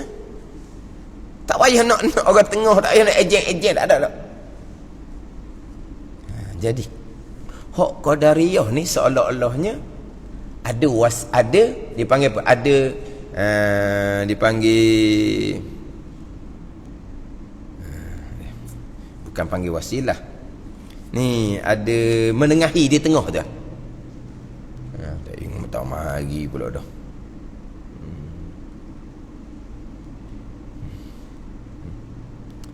Wasilah ni lain, ni hak di tengah ni. Tak mari dah perkataan tu. Maknanya seolah-olahnya Tuhan melakukan satu perkara, tapi di hujung tu menengahi pula. Ada makhluk yang menyambung macam mana? Allah buat letak tenaga di makhluk. Lepas tu tenaga di makhluk nak pula yang sambung. Ada wasitah, ada menengahi di tengah tu. Ada wasitah, ada menengahi di tengah tu. Mustahil. Itu qadariyah. Jadi menengahi pula dah. Gimana? Maka bercanggah dengan ayat wa kullu yaumin huwa fi sya'. Wa kullu yaumin huwa fi sya'. Allah tahu sepanjang masa ada pekerjaan. Sepanjang masa ini semua adalah pekerjaan Allah. Tak. Allah bukan ada pekerjaan sepanjang masa.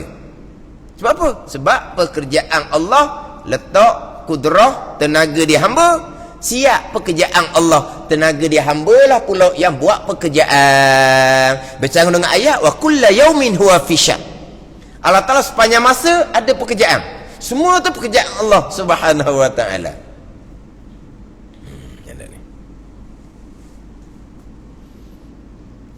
Jadi qadariyah, Allah letak kudrah di hamba, tenaga, kemudian kudrah tu pula yang menghasilkan gerak diam berusaha, dan kudrah itulah pulaknya yang menghasilkan diri ni apabila usaha berhasillah perbuatan, itu adalah perbuatan kudrah di hamba. Itu akidah Mu'tazilah Qadariyah. Adapun kita akidah Ahlussunnah wal Jamaah, sekalian qada dan qadar, keesaan pada perbuatan, kita Ahlussunnah berpegang sama Allah jadikan tenaga di hamba. Allah jadikan tenaga di hamba. Itu pegangan kita. Tapi sebagaimana tubuh kita ni makhluk, tenaga yang Tuhan letak di tubuh kita pun makhluk tidak beri bekah. Itu saja. Tuhan letak tenaga di hamba. Tetapi saat bergeraknya tubuh badan hamba, qada dan qada Allah. Kudrah di hamba, makhluk tak bekah. Bukan berhasil kerja tu sahaja qada qadar. Gerak diam usaha ni pun qada qadar. Bukan tenaga di hamba yang memberi bekah pada gerak dan diam. Bukan. Tenaga di hamba Allah yang buat. Gerak diam hamba Allah yang buat. Berhasil kerja hamba Allah yang buat. Hak Tuhan dah ke? Qadariyah pula buat tenaga kerjaan Allah, menghasilkan gerak dia usaha kerjaan tenaga, kudrah hak ada di hamba tu. Berhasil usaha tadi ni kerjaan kudrah yang ada di hamba. Kerjaan Allah satu sahaja, letak kudrah di hamba, menggerakkan usaha perbuatan kudrah, menghasilkan usaha perbuatan kudrah. Hak Tuhan satu, hak kudrah dua. Jadi gitu dah. Hak Tuhan mana? Letak kudrah di hamba. Lepas tu kudrah ni makhluk. Kudrah ni pula yang menghasilkan usaha gerak dia hamba, dan kudrah ni juga yang menghasilkan perbuatan usaha kita tu berhasil jadi tu. Jadi bahagian Allah satu perbuatan, bahagian makhluk dua perbuatan. Hebat makhluk. Kita ahli sunnah dah. Hak Tuhan belakang. Letak tenaga dia hamba, hak Tuhan. Memang kita berpegang Tuhan jadikan tenaga di kita, tapi menghasilkan gerak dia bukan tenaga itu, perbuatan Allah. Yang menghasilkan usaha perbuatan Allah. Sudah, qada, keesaan pada perbuatan. Habis cerita, payah apanya. Itu saja pegangan kita. Lain timbul pula satu akidah yang terpesong.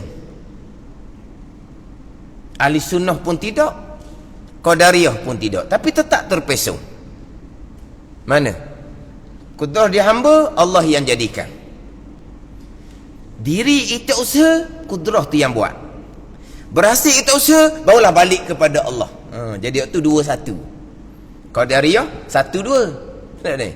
Qadariyah hak Tuhan satu saja, letak kudrah di hamba. Hak makhluk kudrah ni dua. Menggerakkan usaha, kudrah yang buat. kudrah hamba yang buat, menghasilkan usaha, kudrah hamba yang buat. Jadi 1-2. Hak ni tak 2-1. Mana 2-1? Letak kudrah di hamba, perbuatan Allah. Berhasil usaha, perbuatan Allah. Diri gerak dia usaha, perbuatan kudrah yang dia di hamba tu. Jadi hak makhluk pun ada peranan, ada wibekah juga. Apa wibekah peranan kudrah tenaga di hamba ni? Menggerakkan diri kita usaha, kudrah di hamba yang menggerakkan. Tetapi tidak memberi bekah. Jadi hak Tuhan 2, hak makhluk 1 tengah tu. Itu pun sama, mensyirikkan pada perbuatan. Itu bukan akidah Ahlussunnah wal Jamaah. Ada bawakan yang seumpama ni. Nak kata ahli sunnah, kudrah di hamba yang menghasilkan gerak dia yang usaha. Nak kata qadariyah, dia kata itu usaha tak berkah. Berkah tu balik pada Allah pula hak asal. Tapi ini bukan akidah ahli sunnah wal jamaah. Ini akidah yang syirik kepada Allah Subhanahu wa taala. Jadi seolah-olahnya Allah, pekerjaan Allah apa? Pekerjaan Allah letak tenaga di hamba.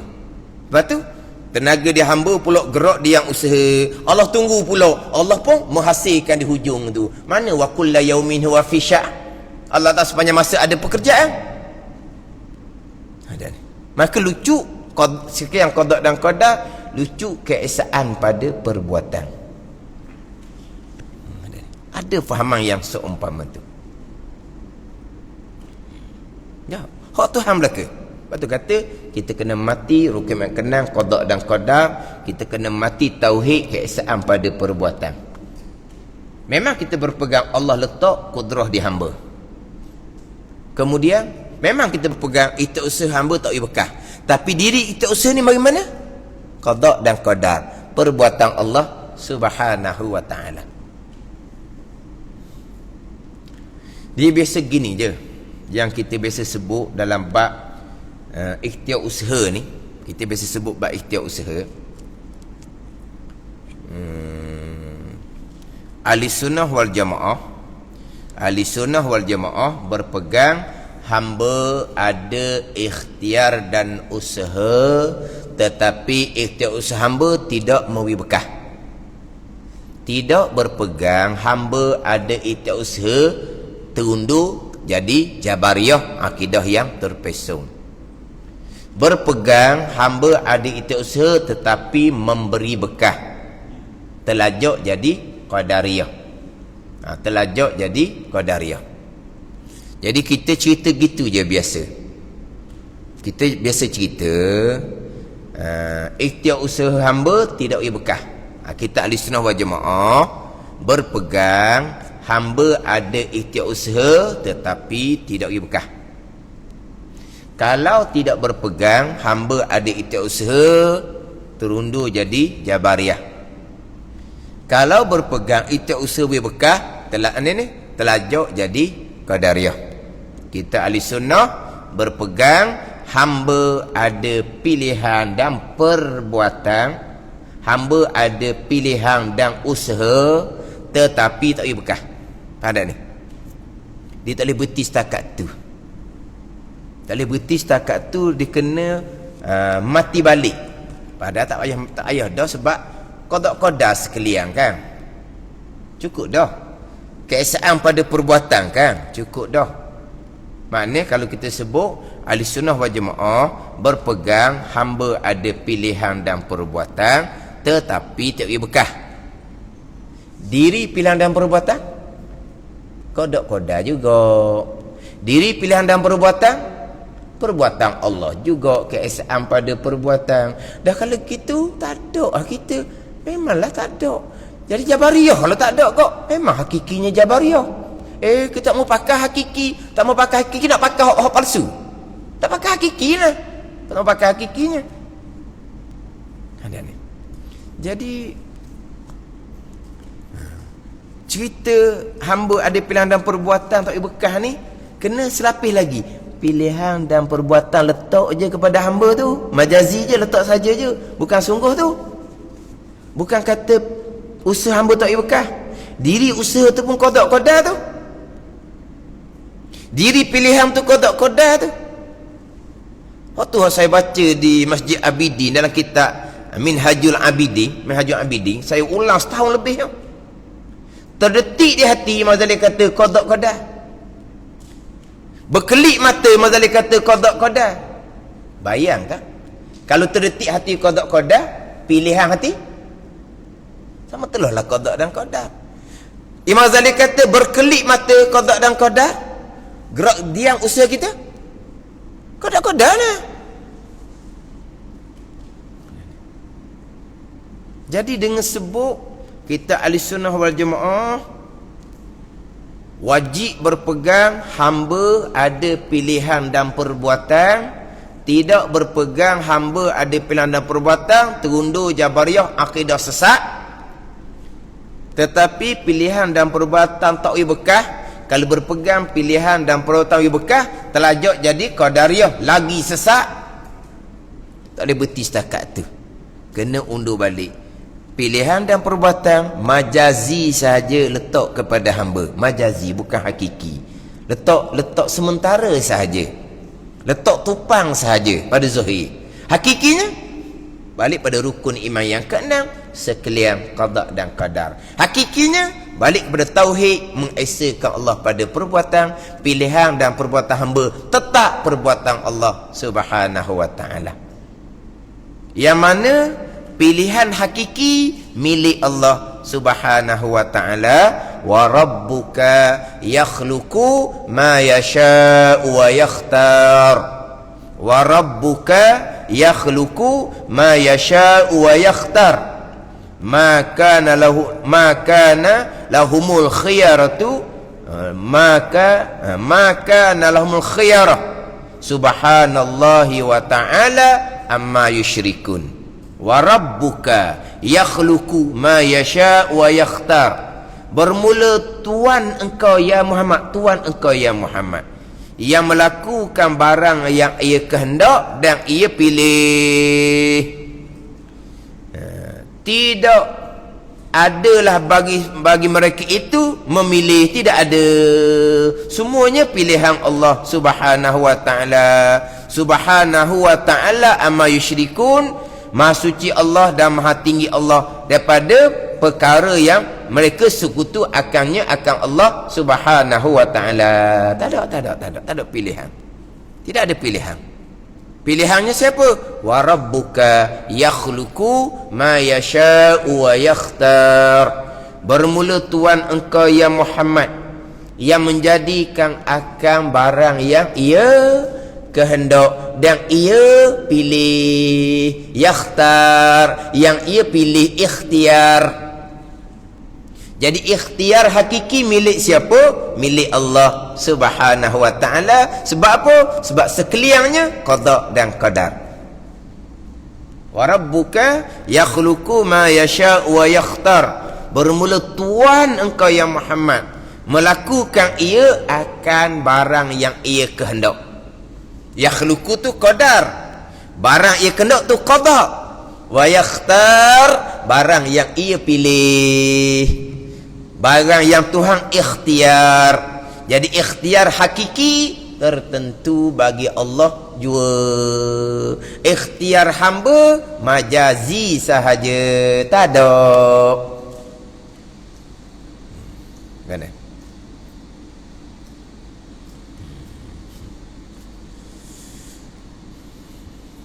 Sebut tadi kita ni kalau sehala payahlah.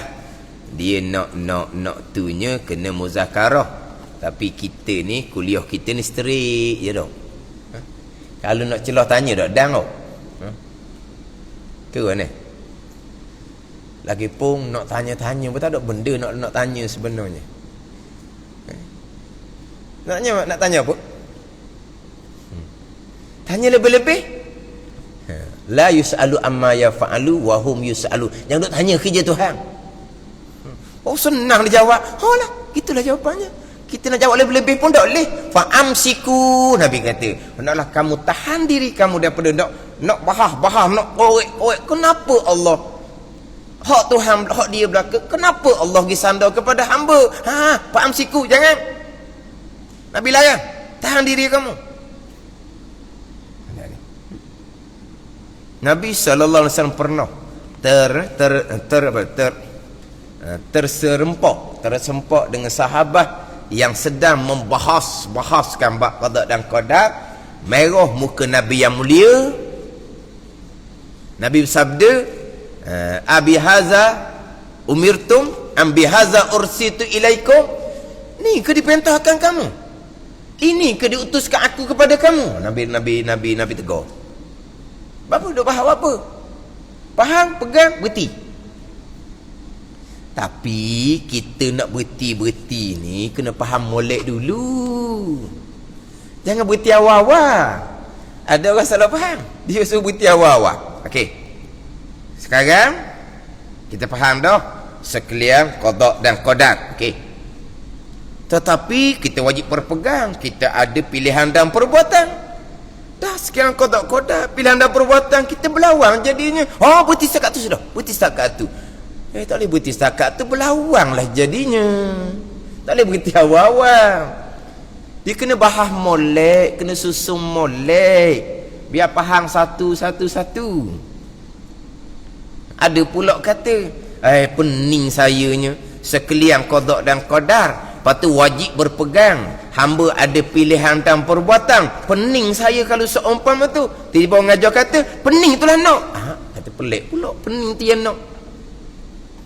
Pening tu yang naknya.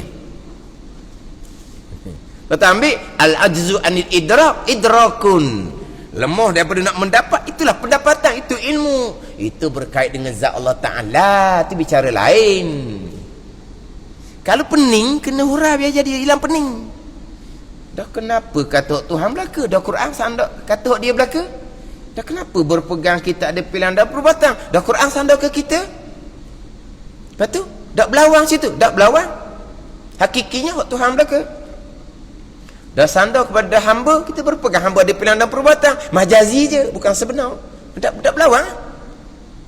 Hak berlawan ni sama-sama hakiki. Hak Tuhan belaka, hakiki sebenar-benarnya. Pilihan dan perbuatan hamba, hakiki hak hamba sungguh. Gomor dia apa dia? Tengok siapa menang. Allah ke menang, hamba ke menang. Terbarulah. Panggil apa ni? Barulah pening.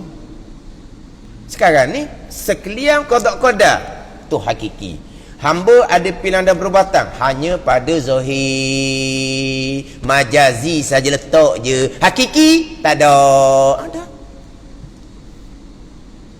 Samalah ayat hak Tuhan belaka, ayat hak baik daripada Tuhan, hak buruk datang daripada diri engkau sendiri ya Muhammad. Berlawang gitu. Dah tak berlawang. Dah ayat kata Tuhan belaka tu pegangan. Ayat kata ma asabaka min hasanatin faminallah wa ma asabaka min sayyi'atin famin nafsik. Apa-apa kebaikan yang berlaku pada engkau yang mak datang daripada Allah. Apa-apa keburukan berlaku pada engkau yang mak datang diri engkau sendiri. Itu ada percakapan, tak ada belawang lah. Dah ayat kata kullu min indillah, kata alimu yang Muhammad, sekalian perkara datang daripada Allah Subhanahu wa ta'ala. Itu pegangan. Qul kullum inilah An-Nisa ayat ke-78. Semua perkara datang daripada Allah Subhanahu wa ta'ala, baik jahat pun. Yang baik daripada Allah, yang buruk datang ke lemah diri kau sini, tu An-Nisa yang 79. Dah berlawang ke ayat? Tak berlawang, mustahil. Ayat Al-Quran tanakut berlawang, mustahil. Itu kalamullah, mustahil berlawang. Lepas tu nampak macam berlawang je. An-Nisa 78 hak Tuhan belaka, An-Nisa 79 hak baik daripada Allah, hak buruk datang diri engkau sendiri Muhammad, tak berlawang. Hak Tuhan belaka tu pegangan rukun iman yang ke-6, baik jahat pun. Hak yang baik daripada Allah, yang buruk datang yang datang dari kelemahan engkau sendiri, itu ada percakapan, tak ada berlawangnya. Ada ni. Jadi ayat sandar ke Tuhan belaka itu hakiki. Ayat sandar pada hamba, kita berpeganglah hamba ada pilihan dan perbuatan, tapi majazi tak berlawang. Ni alhamdulillahi rabbil alamin. Allah Tuhan, hak dia belaka, pegang kita tetap dah. Iyyaka na'budu wa iyyaka nasta'in. Akan dikau, kami yang sembah. Akan dikau, kami yang minta pertolongan. Berlawang ayat ni. Hak tadi Rabbil Alamin, hak Tuhan belaka. Sekarang ni kami pula yang sembah, kami berlawang dak. Hak Tuhan belaka tu hakiki. Kami sembah tu pada zahir, kami yang sembah, pilihan kami, perbuatan kami pada zahir.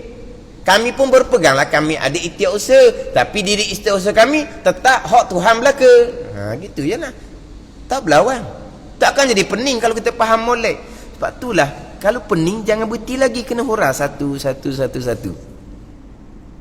Tapi bukan kata dalam hak kuliah ni hak sahala. Hak tu dia kena muzakarah.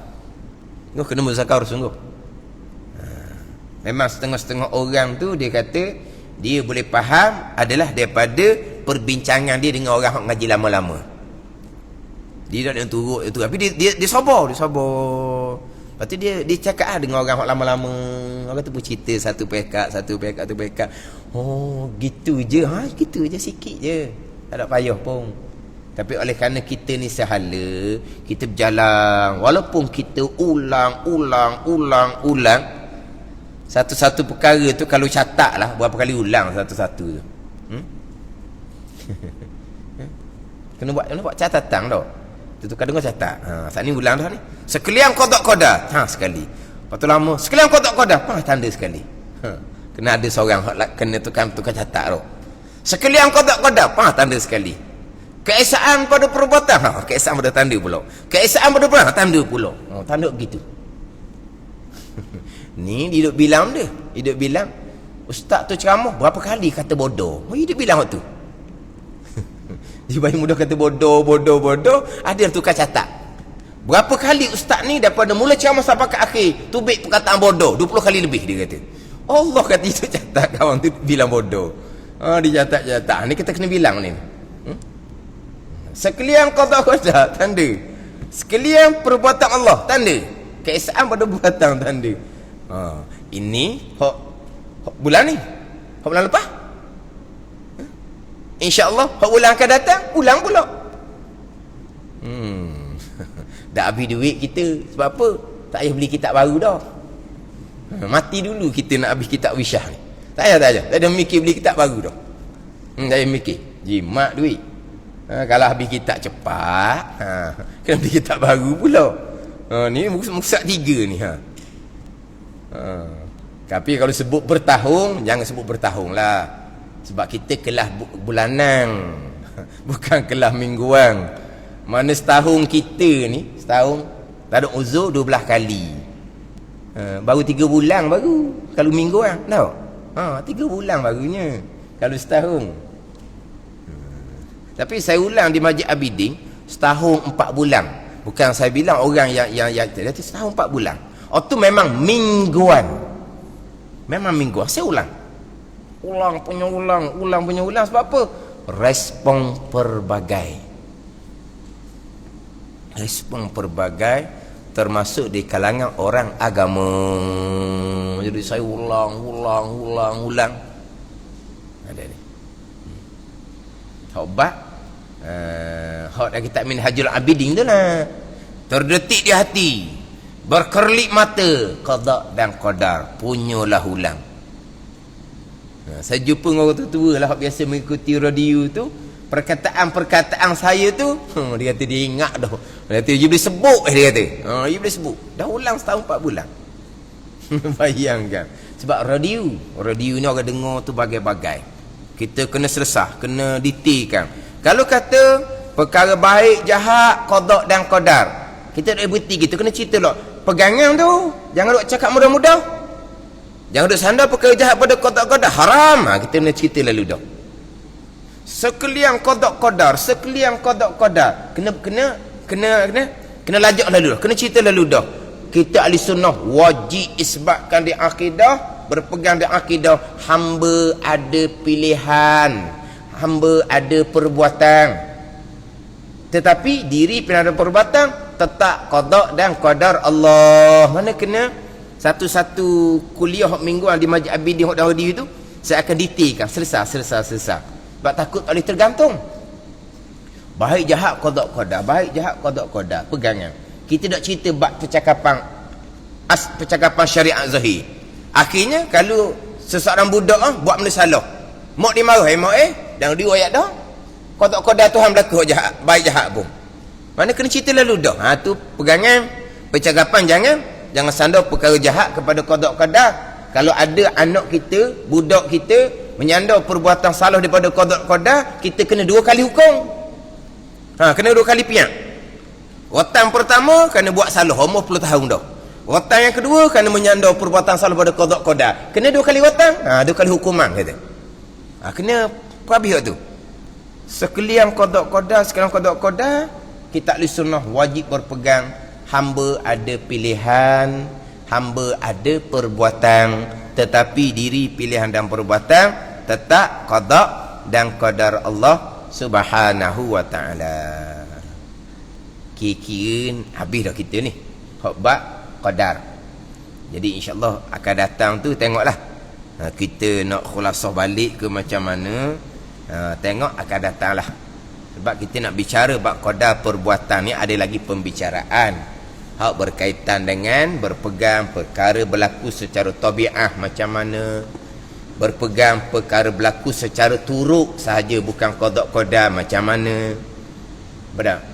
Kemudian kita akan pergi pula kepada percakapan asbab, walaupun sudah sebut berulang kali percakapan asbab tidak salah pada ni. Macam cakap asbab sekarang lah, qawi, lepas tu waxing tu cakap asbab belaka tu.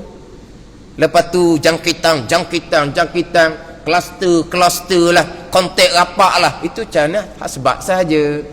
Lepas tu kita jaga kita mana kita makhluk lemah, Allah jaga kita lah, itu cakap asbab. Kita jaga kita pun salah hidup bahah, salah cakap kita jaga kita, salah apa? Itu cakap asbab. Salah kita jaga kita. Kalau kita jaga kita salah, jaga jangan jaga tu. Kerja apa jaga? Jaga kerja apa? Jaga masjid lah. Jangan jaga. Makhluk tak berkah. Tak ada jaga. Ke mana? Kan kita jaga kita salah. Lepas tu jaga kerja apa? Kerja jagalah. Tak ada jaga. Tak ada. Makhluk tak berkah. Allah, kita jaga kita pun dia kata salah. Ke mana? Kita nak pergi ke mana-mana. Abang, kakak jaga adik molek. So jaga adik. Tu asbab. Ke anak kita besar tu boleh berkah. Dah kita suruh abang, kakak tu jaga adik. Jaga tu pada ni. Cerita asbab. Qawi ke waxing ke semua tu dipanggil asbab. Cakap asbabnya tak salah. Pegangan kita tetap dah sekalian qada dan qadar Allah Subhanahu wa taala. Wallahu alam. Bismillahirrahmanirrahim. Alhamdulillahirabbil alamin. Wassalatu wassalamu ala sayyidil mursalin wa ala alihi washabbihi ajma'in. Allahumma iftah alaina futuhal arifin. Allahumma allimna ilma aqdamin wa fahimna famasabikin warzuqna ruqat talibin. Allahumma zidna ilman wa alhiqna bis salihin. Wa sallallahu ala sayyidina Muhammadin wa ala alihi wa sahbihi wa sallam. Walhamdulillahi rabbil alamin. Wassalamualaikum warahmatullahi wabarakatuh.